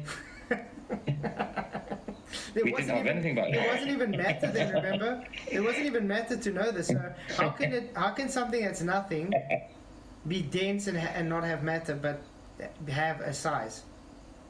Yeah, exactly. Yeah. Oh god, it's you need a not even a supernatural mind to understand that. You just need a insane mind, maybe. Yeah, exactly. Oh yeah. Psych says, don't predict. I saw all the polka dots. Yeah. Anybody tried ever reducing water size? Like, try to compress it? Like, into, like, all the water into, like, and that's just Earth, like, into a point that's 3 millimeters. Yeah, but like I said, even if something explodes, where's the trajectory, where's the vector of something that explodes outwards? Would those things form into coincide spheres and stuff all over? No, it literally just shoots apart. That, you know, like shrapnel, it goes apart from each other, as far away as possible from each other. It doesn't actually coalesce into each other. It goes against the energy vector. So, I don't know. Everything about the Big Bang is rubbish. Yeah, NASA have become computerized. The app forgot to clean the filters in the neutral buoyancy pool. Algae in space. It does look like algae.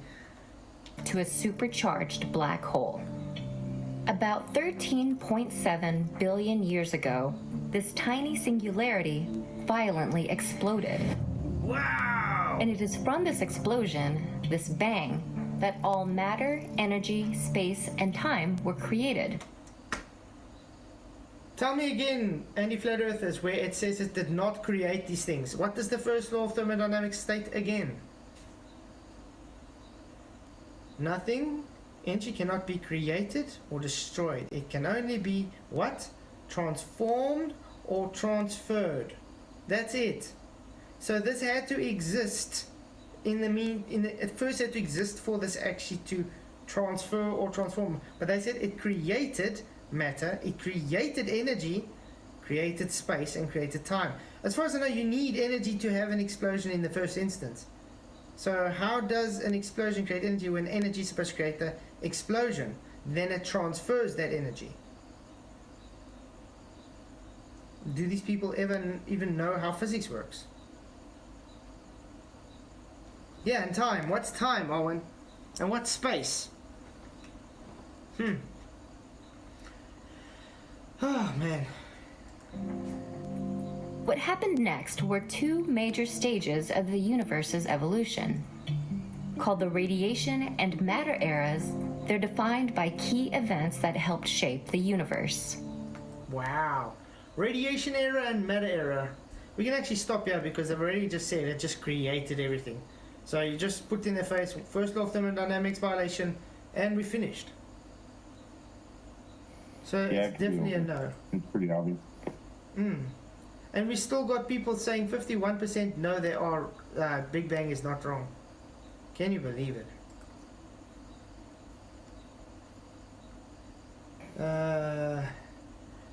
did it create time? Exactly, Owen. How did it create time? Time is a man-made concept just to give reference to a timeline. Something on a timeline. That's it.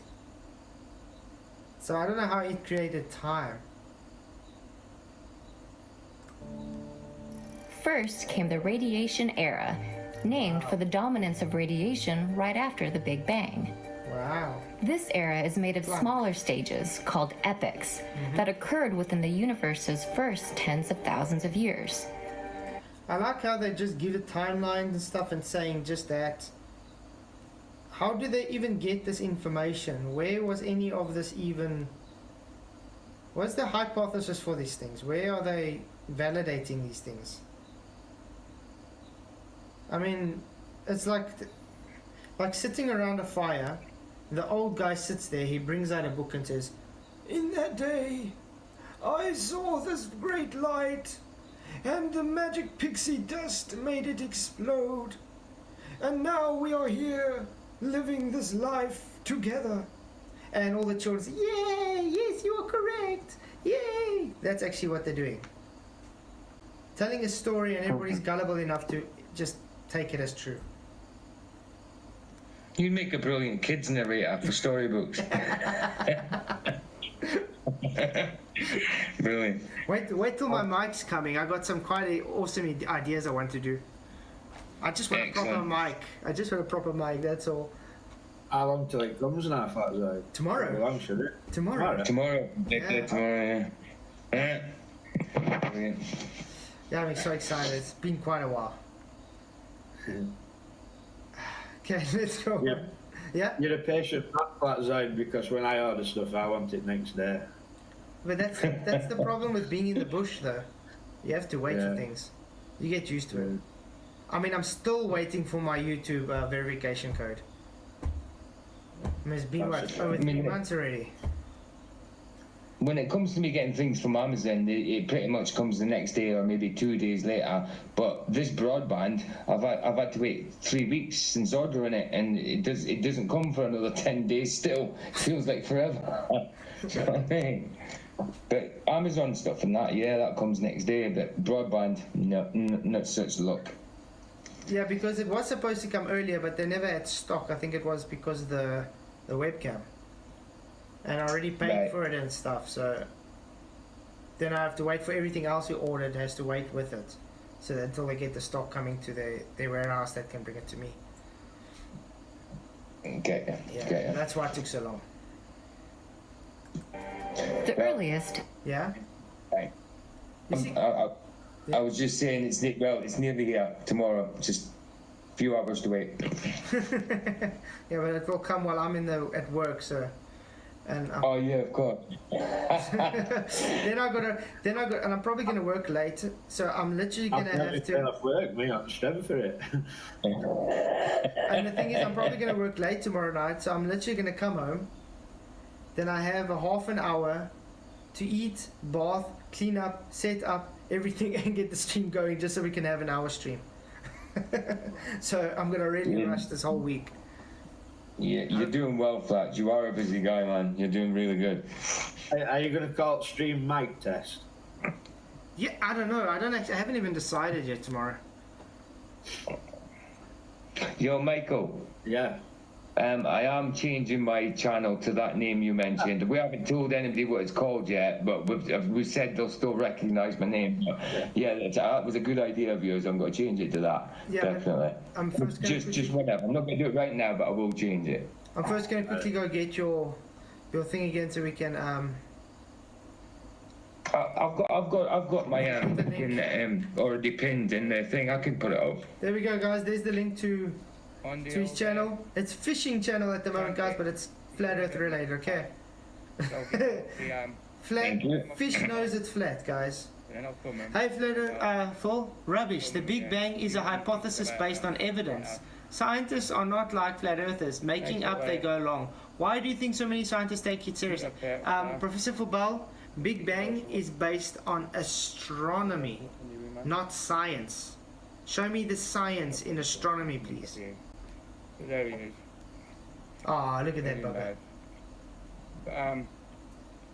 This one know, I've been talking to him about Percy Pike, and he says Percy Pike's lying, that the Earth is not flat. It's nice and clean, actually, eh?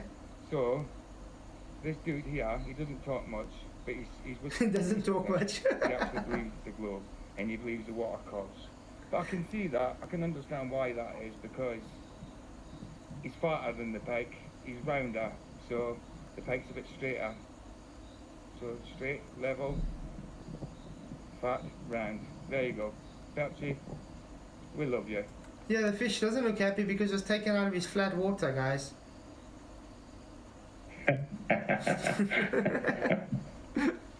Yeah, Percy he Pike. definitely goes straight back in. I don't keep fish, I put them back in. Haltech Industries says astronomy is science. Is that so? Okay, give me a scientific hypothesis that astronomy has validated, please. Or just provide any hypothesis for astronomy, please. A scientific hypothesis. You or for Mr. Phil Looking at lights can provide alone it. is not science. Sorry? Looking at lights alone is not science. You can't. They call it observational sciences. Observational sciences is not science. It's just observing things. Literally. Yep. Because science is not correlative, it's causative. So yeah, that would be your guys' homework for tonight. Please supply us with a hypothesis, a scientific hypothesis that has been used to validate anything in astronomy. Check out Nigel Watson on YouTube. He's a good man who critically thinks. Nigel Watson. Okay, it's.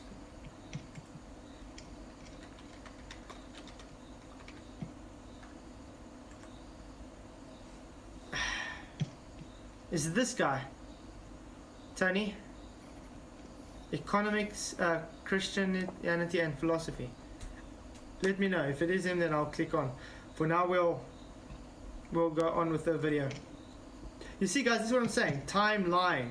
That's all time is. It's a timeline. So they can give a reference on their timeline. Read what I said again slowly. I said the Big Bang is based on evidence. Again, Phil Bell, there is no evidence for the Big Bang. They are correlating the background medium, the BMG background radiation, as the origin of the Big Bang and life. It's not causation, it's correlative. It's not scientific, it's not evidence. It's your belief of evidence. Does this guy not get this simple thing? So yeah, just supply us with a hypothesis. That's all I'm asking. Come on, Phil Bell. You being a professor, you should easily be able to supply me with the hypothesis used for astronomy. Do you guys think we can actually find any on the internet? Go ahead and see what they say. I'm sure we can point out the fallacies, which is valuable. Astronomy, scientific hypothesis. What makes hypothesis in astronomy scientific? This last point is crucial. A hypothesis must be proposed explanation that can be tested. The most straightforward approach to such testing in science is to perform an experiment. If the experiment is conducted properly, its result is either will agree with the predictions of the hypothesis or will contradict it. You see, they call it observational, but this is the nature of science. Let's go and check. Redshift and blue shift is evidence. Again, I asked for a hypothesis, Professor Fulbell. Where's the hypothesis? That's a what is answer, Phil. You're not going to get one off him, and if you do, it's nonsense, because last time I had this question, what he provided was a joke. Let's just read this. The ultimate judge in science is always what nature itself reveals based on observations, experiments, models, and testing. That's false already. No. What you observe, you try and find the cause for what you observe. So you create the hypothesis to say, this is what I observed, so this is what I presumed to be the cause for this observation. You then go and you make predictions. If this is the case that it happens, or if this is not the case that it happens, you do the experiment. Now, the experiment comes out, I've validated it, therefore you take a prediction and you move on to a new hypothesis. Or you take it and say, okay, it was invalidated, you throw it away, and you create a new hypothesis. That's science. Observing things and waiting, watching it happen is not science. That's correlative, not causative.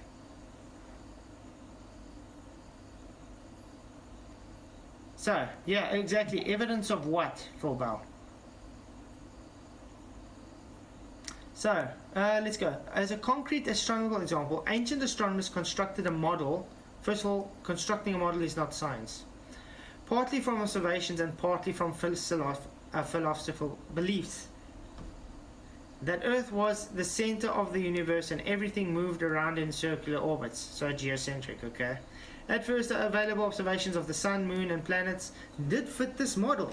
See why it's not scientific, guys? It was correlative because it fits a model. Does not mean it's real. Now, you guys have this fitting your model. Do you understand? That does not make it real. Yeah, where in the method is a model involved at all?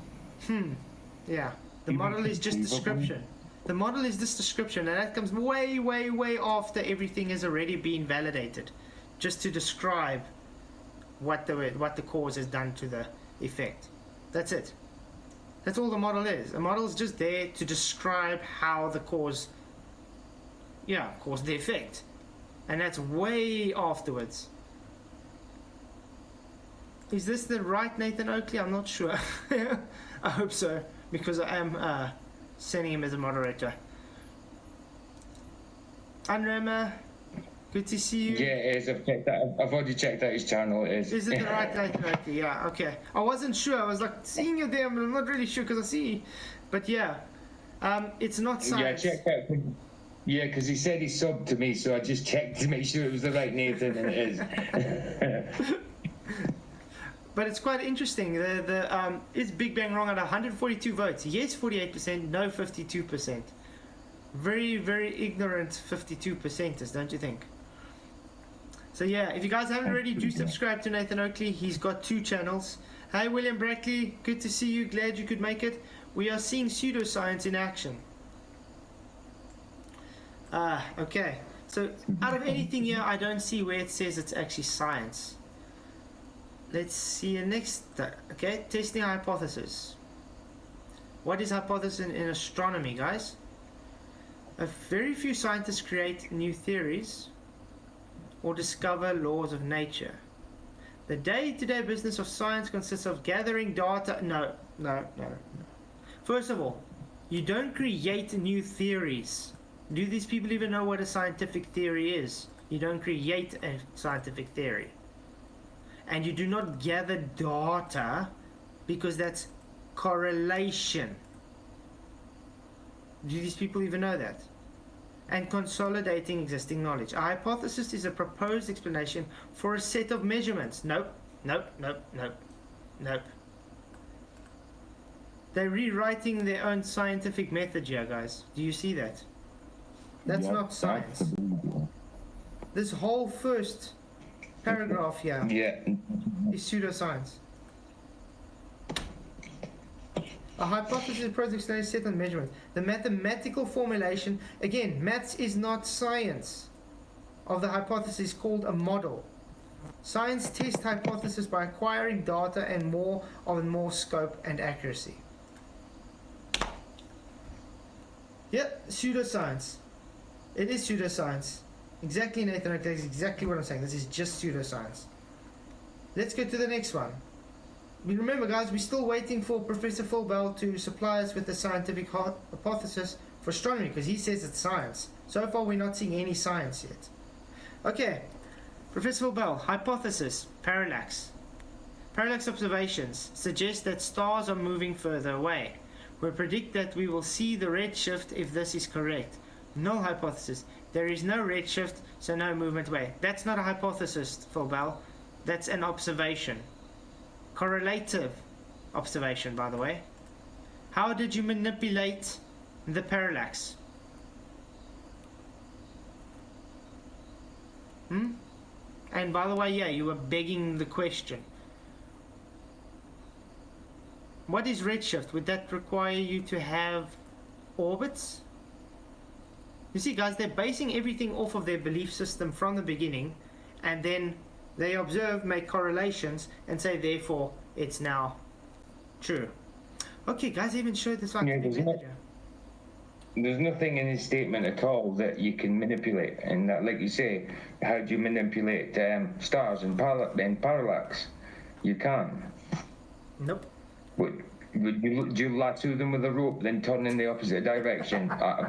That's, you know, is that it? You tell the one stop, hold on, stop, so we can see if anything's going to happen, change if you stopped. Yeah. Okay. Oh, yes, another teach astronomy. Identify the problem. No, that's not step one of the scientific method. And this is what they're teaching scientific. Gather data. Also not even part of the scientific method. Now you only come to hypothesis. And then you test that hypothesis and does new data that agrees. No, this is also pseudoscience, guys. Teach astronomy is teaching people pseudoscience. And it's an educated forum. Wow. Yeah, useless, Phil. If it was science, you would establish the cause of the parallax if that's what you are studying. Exactly, Nathan. He's not getting it. I am the scientist here, not you. Go back to school and tell me what it is and not the hypothesis. Wow. No, Phil. No. This is what this I think he's upset. I think he's upset. They're all in uppercase letters. He's screaming at me. Yeah, Phil will do that. But you see, that's what happens to these guys, because they actually got no back to stand on. They literally get demolished just by asking to back up their claim. 100% we do. So then it's no, oh, you don't understand. I am the scientist, or scientist with lab coats. I'm the scientist, not you. Exactly, Citizen Z. Yeah, I get to impose my ideas on reality and make you accept them. You don't get. Has anybody seen any evidence that Phil is a scientist, not a professor? No. Because I am. No. I just hear him saying it. You know what I mean? Yeah, I have. He tells us in chat. Is that not enough evidence? No. No, I didn't think that. Another CGI picture. The scientific method in astronomy. Come, let's see if they give another one. You've heard me saying it 90 times, how we know what we know. But how do we know how we know what we know? So astronomers, like all scientists, okay, use the scientific method. They do, okay, that should be interesting. Without the scientific method, we'd probably still think the Earth is flat. Shape has got nothing to do with science, guys. Just because you say the Earth is flat or round has nothing to do with scientific inquiry. Nothing. Only a few thousand years old and the center of the universe, but the scientific method, everything changes. No. Scientific method doesn't change anything. It either validates or invalidates. That's how it works. That's why you get chemistry that works and physics that works and biology, because of the scientific method. They make their predictions based on the validation or the invalidation. So they know what works to when they have to create, let's say, in medicine, if they have to create medicine that works, they use the scientific method to see, okay, this would cause this, or this would not cause this, you understand? They build on those validations or disprovals. Okay, human society because it changes brought from the scientific method. In this episode, we tell you about what the scientific method is, okay, and how you can use to improve your life, and discuss why gravity isn't just a theory. So first of all, in this whole statement here, they've literally just said, nah, because science, it cannot be flat. Nah, because science, gravity must just be real. That kind of sounds very biased, but okay. Let's see if they're actually going to show us scientific method here. People are talking. So this is a whole. Okay, let's see if I can word this out to you guys. Fraser Khan. I was looking through Wikipedia today, and there was an entry of a universe today. There was an entry for me. There was an entry for you. There was an entry for Slacker Astronomy. but there didn't seem to be any entry for Astronomy Cast. I know. Astronomy Cast is a long-lost forgotten Wikipedia entry. Someone needed to write it. I know. No. How we can write it, because that would be wrong. And for us to actually go on Wikipedia and write it would be frowned upon by the community. We understand that. But perhaps some of the listeners out there who wanted to, put some little bit of information here and there. That would be greatly appreciated. As well, we should get rid of a lot of links from Wikipedia from various topics. But if you wanted to look through some of the topics, we've handled the shows. And maybe make sure that there are links to our shows. That would be awesome too. Once again, we're not saying that you should, but you would be a great help. Thank you. It would make me smile stupidly. Yeah, if you have any questions for us to get some facts, just email at astronomycast.com.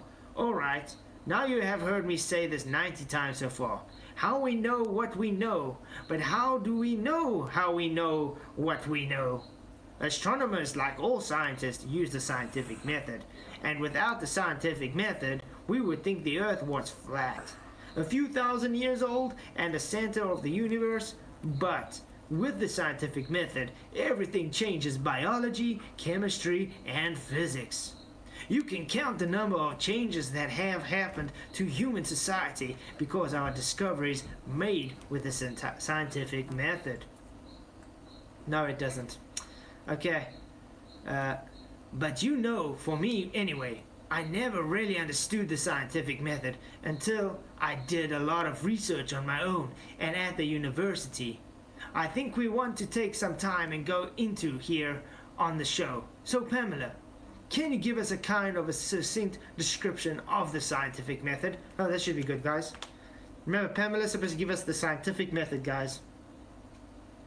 Probably the briefest way to state is that if you have an idea and you go, I wonder how, then you do a series of experiments or observations to test the how, whatever, and that how may be, and then rule out the sustained to answer that I wonder how. Then you have participated in the scientific method. No. What? Probably the briefest way to state is that an idea you go, I wonder how, when you do a series of experiments, observations to test the how. Whatever that how may be, and then rule out or sustain the answer to that I wonder how, then you have participated in the scientific method. Okay? It's not supposed to be how that happened. It's okay, it is how because it's a cause, but the way they're wording it is a bit weird. So when your phone breaks and the first thing you do is jiggle all the cables, you've asked the question, I wonder if the cables are the reason my phone doesn't work. You have performed an experiment to see if that is the reason, and the answer to that particular experiment was no. Okay, this is actually quite right here so far. But that's not natural science, by the way, just to point out. But it's got scientific reasoning to it. As you work through your series of I wonder, you're following through the scientific method at every step. That's interesting. So troubleshooting a technology problem is following the scientific method. Can you give a kind of specific steps then, I guess, that scientists follow when they go through the scientific method? Okay, remember guys, literally going and manipulating to find out if it's the cause. Yes, YouTube, no one gets angry when we are in a mess. I am a global. I live on a supersonic spinning, hypersonic orbiting, warp speed rocketing through vacuum water ball. Which way did not go and where did they go? Yep, George. Wow. Okay. So wait. Okay, experiment was no. Work through series. Okay, that's interesting. Okay. Well, the exact steps are going to depend on a bit of what field you're in. So for instance, I'm doing theoretical physics, and I want to answer the question of, is it possible to think of a 37-dimensional particle that is consistent with our understanding of the universe? What the actual hell? That's not anything physical. That's theoretical physics, guys, like string theory rubbish. What do you prove of Oakley's vile language? What's his vile language, Sid? He's literally telling that the guy is a truth. So fact is not vile language, Sid. Okay. By the way, Professor Bulbal has been invited to come on here how many times? He's always got an excuse not to come on here. So be it. He lets the dragon out, he'll get bitten. It's about time the bloke started getting banned, if you ask me. Like I said, if he wants to, go and provoke a dragon, well, what? Then they get bitten. As easy as that. I mean, Professor Fulbart, I'm still waiting for a proper scientific hypothesis, by the way. And what Nathan said anyway is not that bad. All it means is born out of wedlock. You know what I mean? It's not. It's not even a cuss word, really. No, but remember, Yeah, I mean- Globies always play victim with everything. Oh, Listen, absolutely. let's be fair, he's a senile old bastard. That's Starting to do my head in. I was trying to be diplomatic, Michael, by saying born out of wedlock. But there you go. Why not? Well, I'm sorry, but That's all right. That's cool. he's in chats calling people imbeciles and fools, and then when somebody says something to him, he's crying because he can't provide science. Yeah. Come on. And he's supposed to be a professor, so that means he's supposed to provide science easy. No two ways about it. Yeah, no thanks. And how many months I've seen that guy around? At least 20 something. Well, okay, we can actually go on with this timeline thing. We were still busy with that. I forgot about that. But yeah, this article was half and half right because they tried to find the cause for the effect. So yes, but they were using the scientific method by figuring out the cause, not correlation based. Where's that in astronomy though? Has anybody managed to find anybody actually manipulating the IV in astronomy to see if that's the cause? How could you do that? Yeah, exactly, you can't. That's why when I was debating FTFE and he was saying he waited and they saw the orbit was off, therefore it's gravity. It's like, no, what did you manipulate? He said the observation time. That's not manipulating anything. If you waited and watched or didn't wait and watch, it would still do the same thing. So yeah. Right. I mean, the sun comes up every day. The sun comes up every day. I can have a belief and right hypothesis and say the sun comes up every day because I open my window. Now, I open my window and the sun comes up every day, so therefore I'm the one that caused the sun to come up every day. Even if I don't open the window, it's still going to come up every day. That's the same logic thinking as what these guys are doing.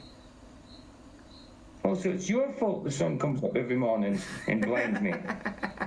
Oh, okay. Oh man, it's sad. I know. Is the Planck epoch. No matter existed in the universe at this time, only energy and the ancestors. Producer, okay, you're not understanding my hypothesis. It is a measure of your inadequacy. My hypothesis stands. Again, Professor Fulbell, you guys love that. You don't understand. No, because you don't understand. It's not a hypothesis, Phil. What was your IV?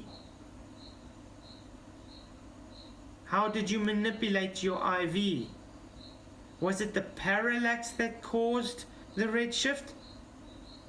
Or was it the observation of the parallax that caused the redshift?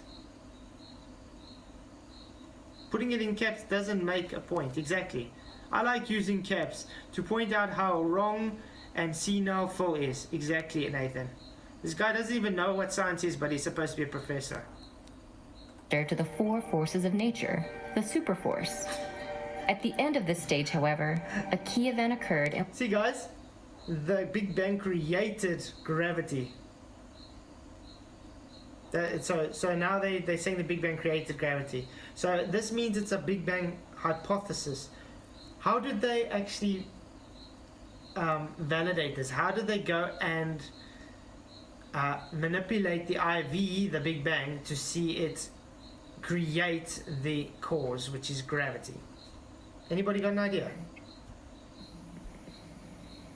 But just a second ago, she said there was no matter at all. Yeah. Too, which is really bizarre. Yeah, because remember, the matter. And then gravity.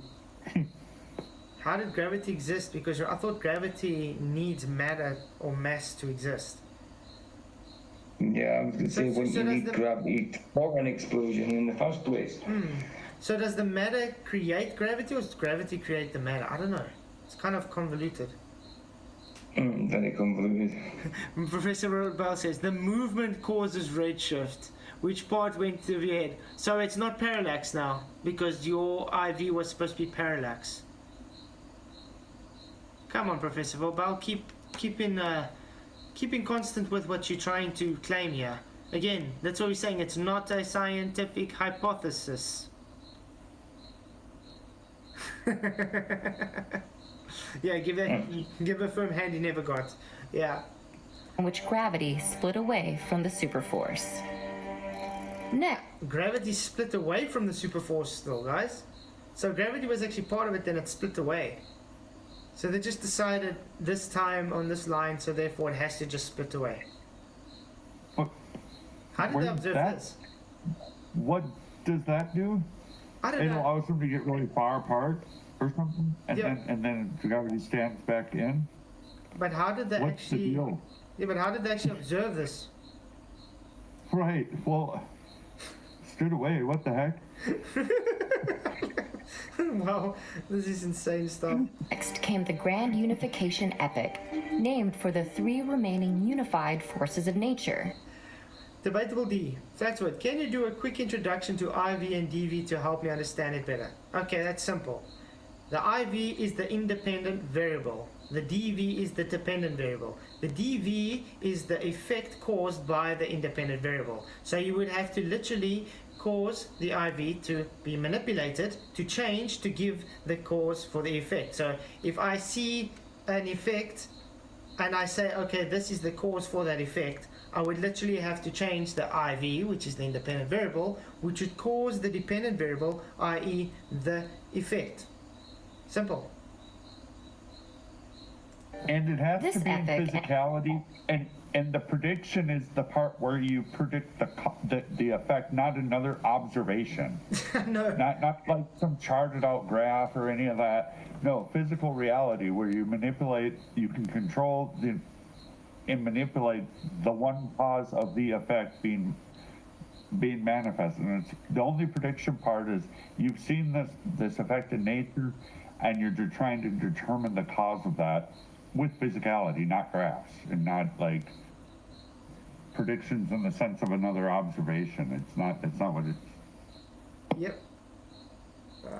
It's very clear, yeah. Let's see. Professor Bell. Oh man, I can't even go up to where it was now.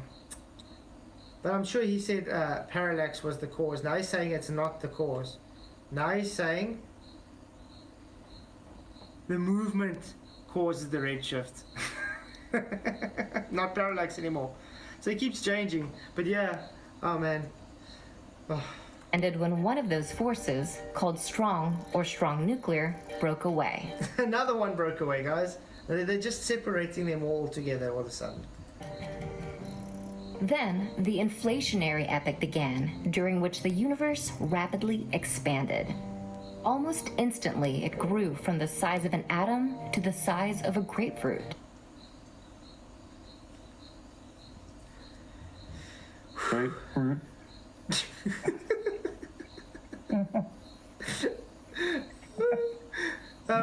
Professor Fulbell, we did finish high school, by the way. We even went on to studying after high school, hence how I got my degree in art, my majored art, so I could do graphic design.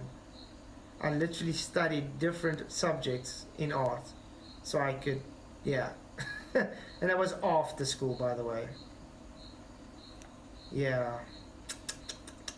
But it must be sad if you think someone that hasn't finished school has to school a professor, a so-called scientist, on the scientific method. And yes, you did say parallax caused the redshift. That was your IV in your so-called not hypothesis, Phil. A comment coming like that from a professor is pathetic. Yeah. I'm sorry. But I'm sure he did say parallax was the cause for his effect in his not hypothesis. There's a lot of clever people out there not finished high school, Phil. So your statement's false anyway. Mm-hmm. And if that's all you've got as an argument, see you later. Yeah, but actually he sad. didn't control the parallax. He's just making another observation and a correlation between the two. That's not physicality. That's just looking at things. Yep. He has not control over the parallax or the plane movement or even actual knowledge thereof. It's just light in the sky. Yep. It's actually sad. I think he's very delusional. I don't know what medication these guys take. But... Yo. You nailed it, Flatzoid, with that statement. It's delusional to even go to think that that's the cause. It's like he didn't have control over any of it. He's just looking at something and placing values on it. Yeah, what is the super force? I would also like to know, what is the super force? Do you guys have a clue? Is it Superman or something? I've already told them I have not got a clue what it is. Not at all. I just said it's better than a normal one. Let's go look, Owen. What is super force? Because I don't know. Is it a supersized force, guys? Super Force is an American action adventure TV series. Super Force in physics, okay. Plural, Super Force's physics is a single unified force in a theory of everything. So it's a unified force, that's all.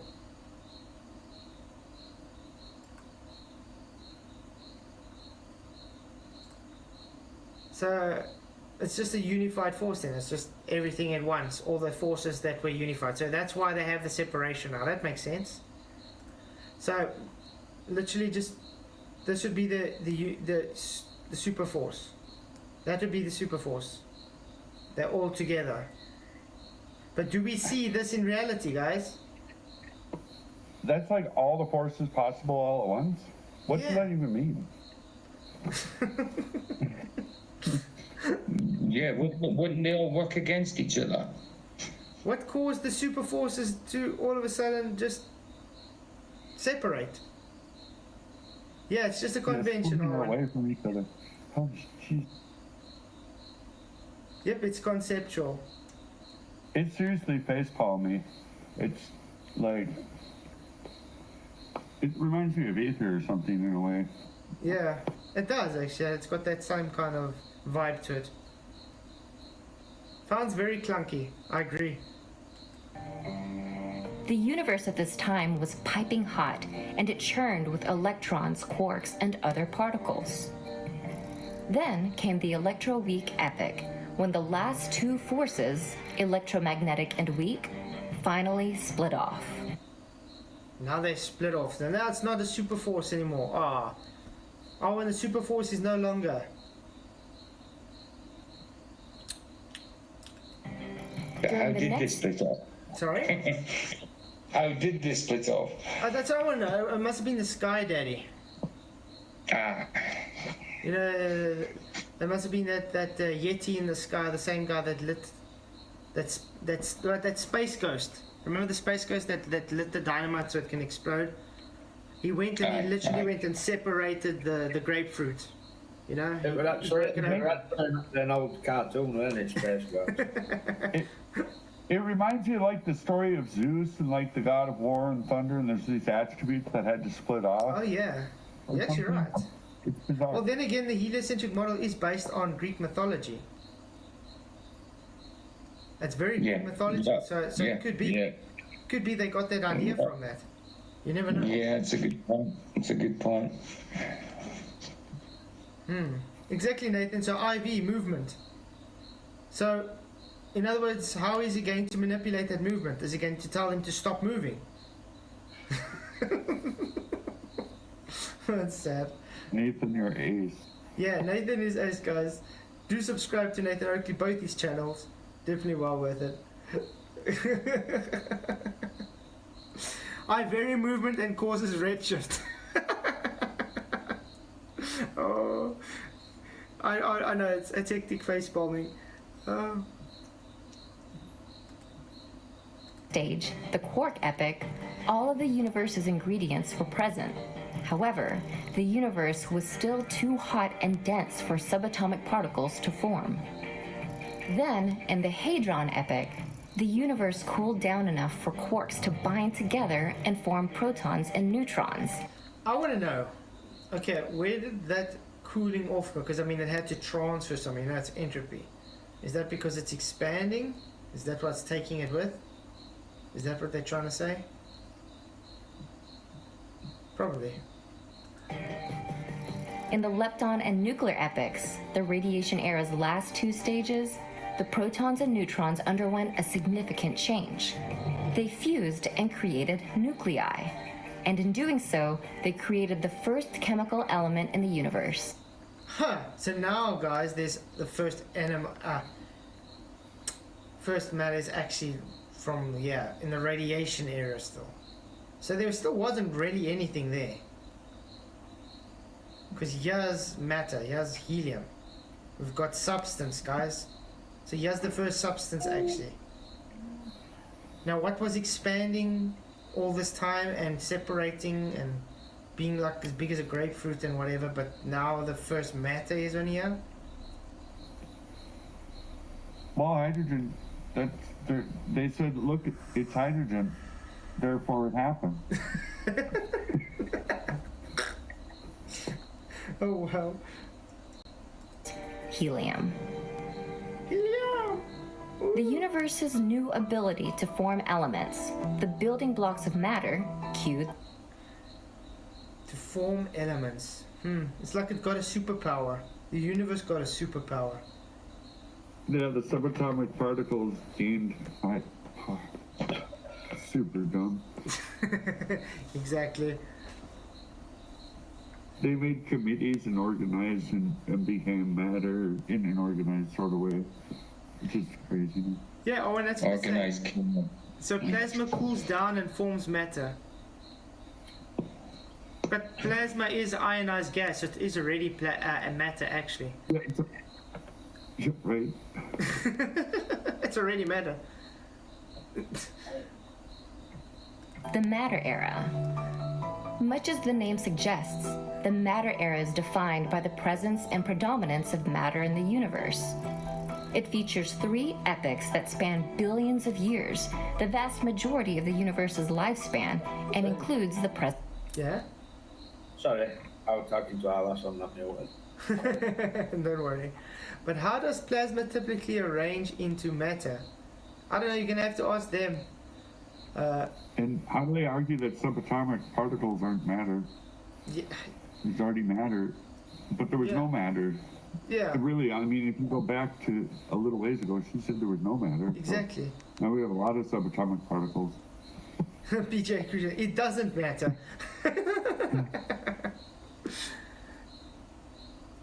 Yeah, it's like, it's hilarious how they say all this shit like they know they were watching it happen. Exactly, Psych Bear.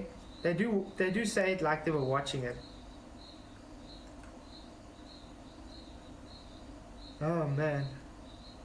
I don't know, how did they actually see this? Hey John Smith, good to see you.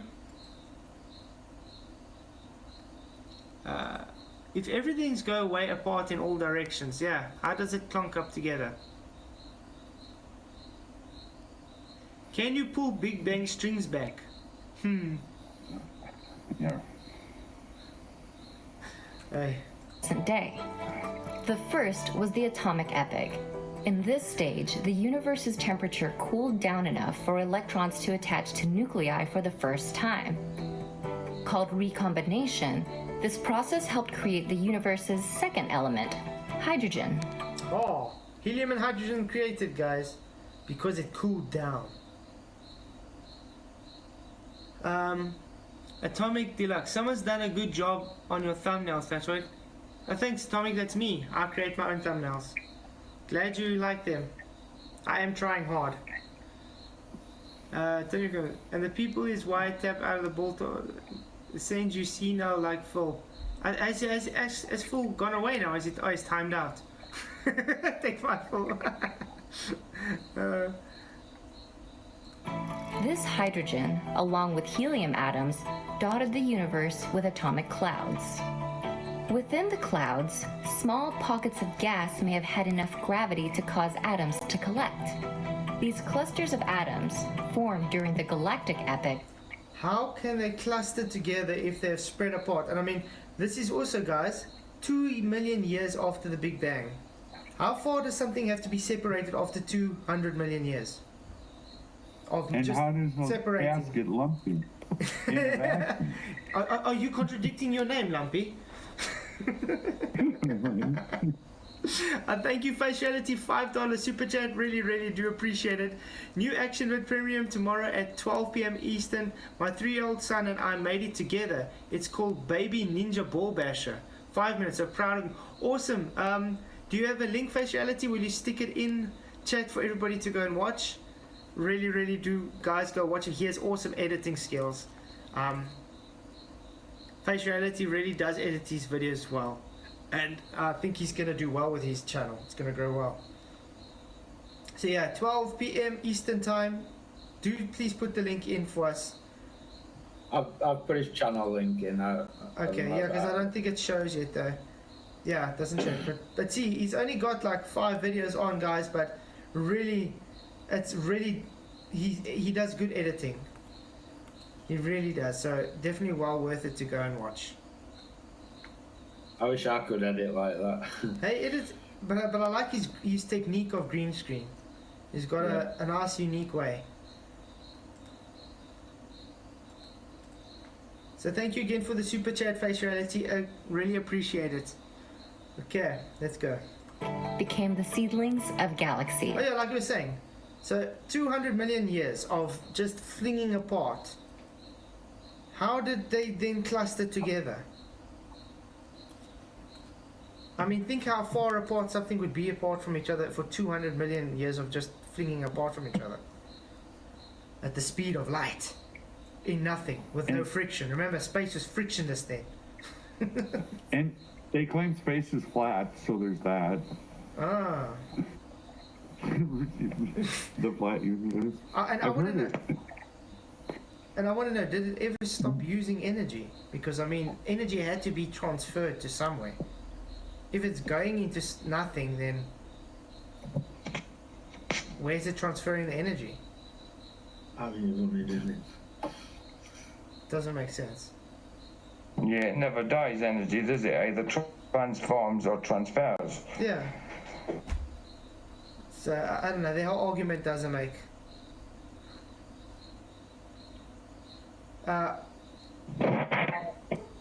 If this other Owens G guys comes on again, we're just gonna ban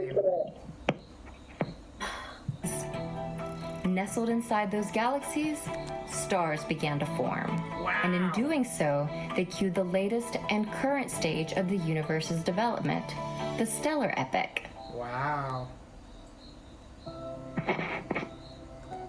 Yeah, the stellar epic, guys. It's a whole bunch of mumbo jumbo. That's all we've been seeing. The formation of stars then caused a tremendous ripple effect and helped shape the universe as we know it. Heat within the stars caused the conversion of helium and hydrogen into almost all the remaining elements in the... So there's your daddy and your mommy, guys. That's why they say we come from stardust. So we are cousins of rocks. Thank you, daddy. Thank you, mommy. Woo. Very sad. I think that's all we really got to do today. So how are you guys Did you enjoy this? I enjoyed it. Yeah, brilliant. Yeah, brilliant. Good fun. Good fun. Good laugh. And very informative, even though it made no sense whatsoever. Yeah. But yeah, it's good. It's good. We're loving it. We're loving it. This is where this is the official story, so we get to contrast the official claims, which are even sillier. And then I hear a bunch of arguments coming from the anti-crowd in these showings. You know what I mean? So you can No, from saying a deal or the official stories, you can hear their rebuttals sometimes, and how nonsensical it really is rooted, and the root of it is. But I can't believe people are still actually pushing the Big Bang model. I don't know how someone would actually fall for that rubbish. Yeah, exactly. I mean, hold on, am I on mic? Oh no, I'm not. Yeah. The natural way of things is something gets planned, it gets designed, and it gets made, it gets created. You don't just throw a grenade into a junkyard and get it, and a Mercedes Benz lands out on the road, does it? You know what I mean? That's their logic, though. That's what evolution says. You chuck a grenade.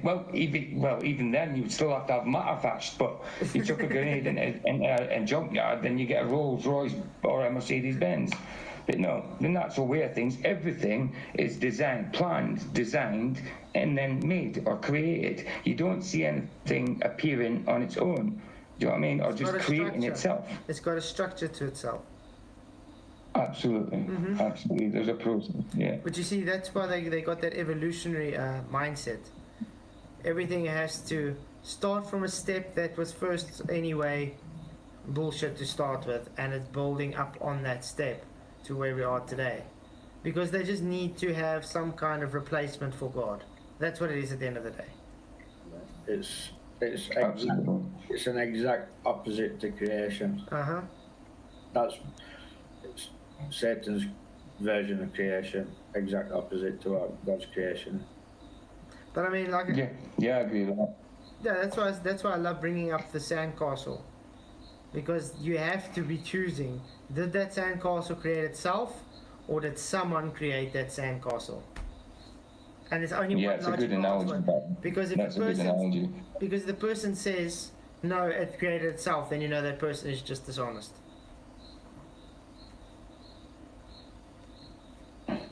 Yeah.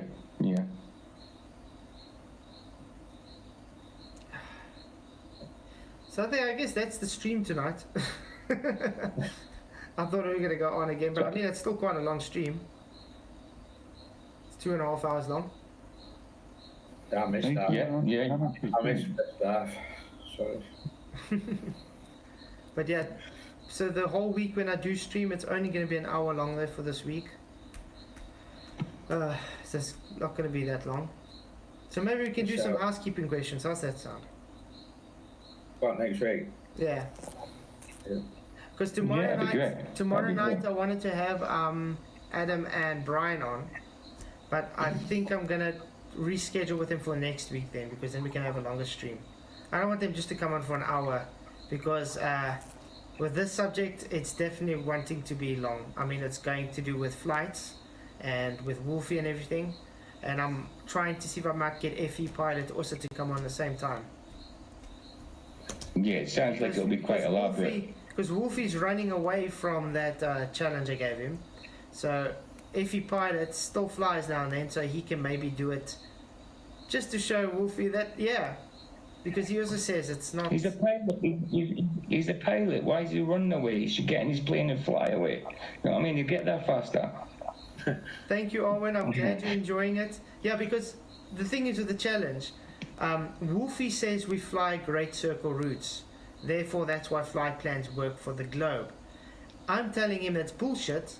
So if you want to prove it, stick a compass inside the cockpit with you, and you'll see if it would deviate if you're following the great circle, because that means you are literally deviating, you're going across a great circle. If it's not deviating, you're not going a great circle. It's just your instrumentation telling you you're going a great circle, but you're not.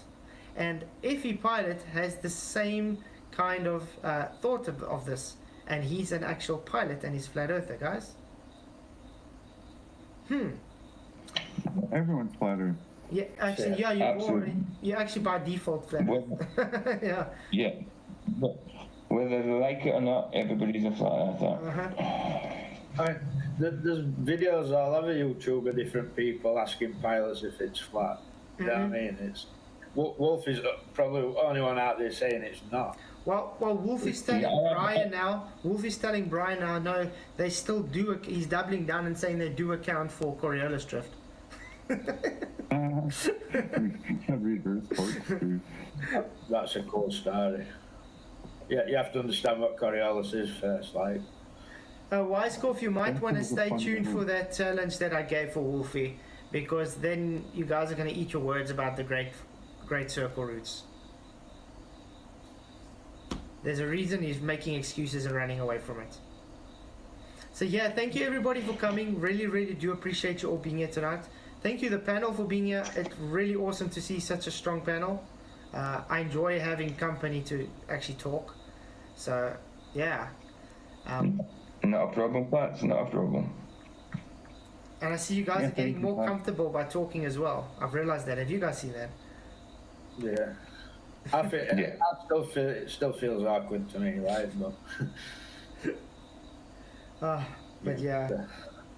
So yeah, I just want to say thank you, Lumpy, thank you, PJ, and thank you, Michael. Looking forward to, PJ, your new channel name. Maybe we can create a logo for you if you want to. Just let me know. We can see what we can work out. Yeah, excellent. That'd be brilliant. And then I just want to say thank you to everybody that did show up. The poll came up to 170 votes. Can you believe it? Big Bang is wrong. Yes, 45%. No, 55%. So yeah, thank you all. Thanks Godzilla again for the memberships. You are awesome. Thank you for supporting me, everybody, for being here. Thank you for the super chats, everybody. You guys are really, really awesome. So yeah, like I said, next week it's all just going to be 1 hour shows. Hope to see you guys there. Blessings, and may the pressure be with you.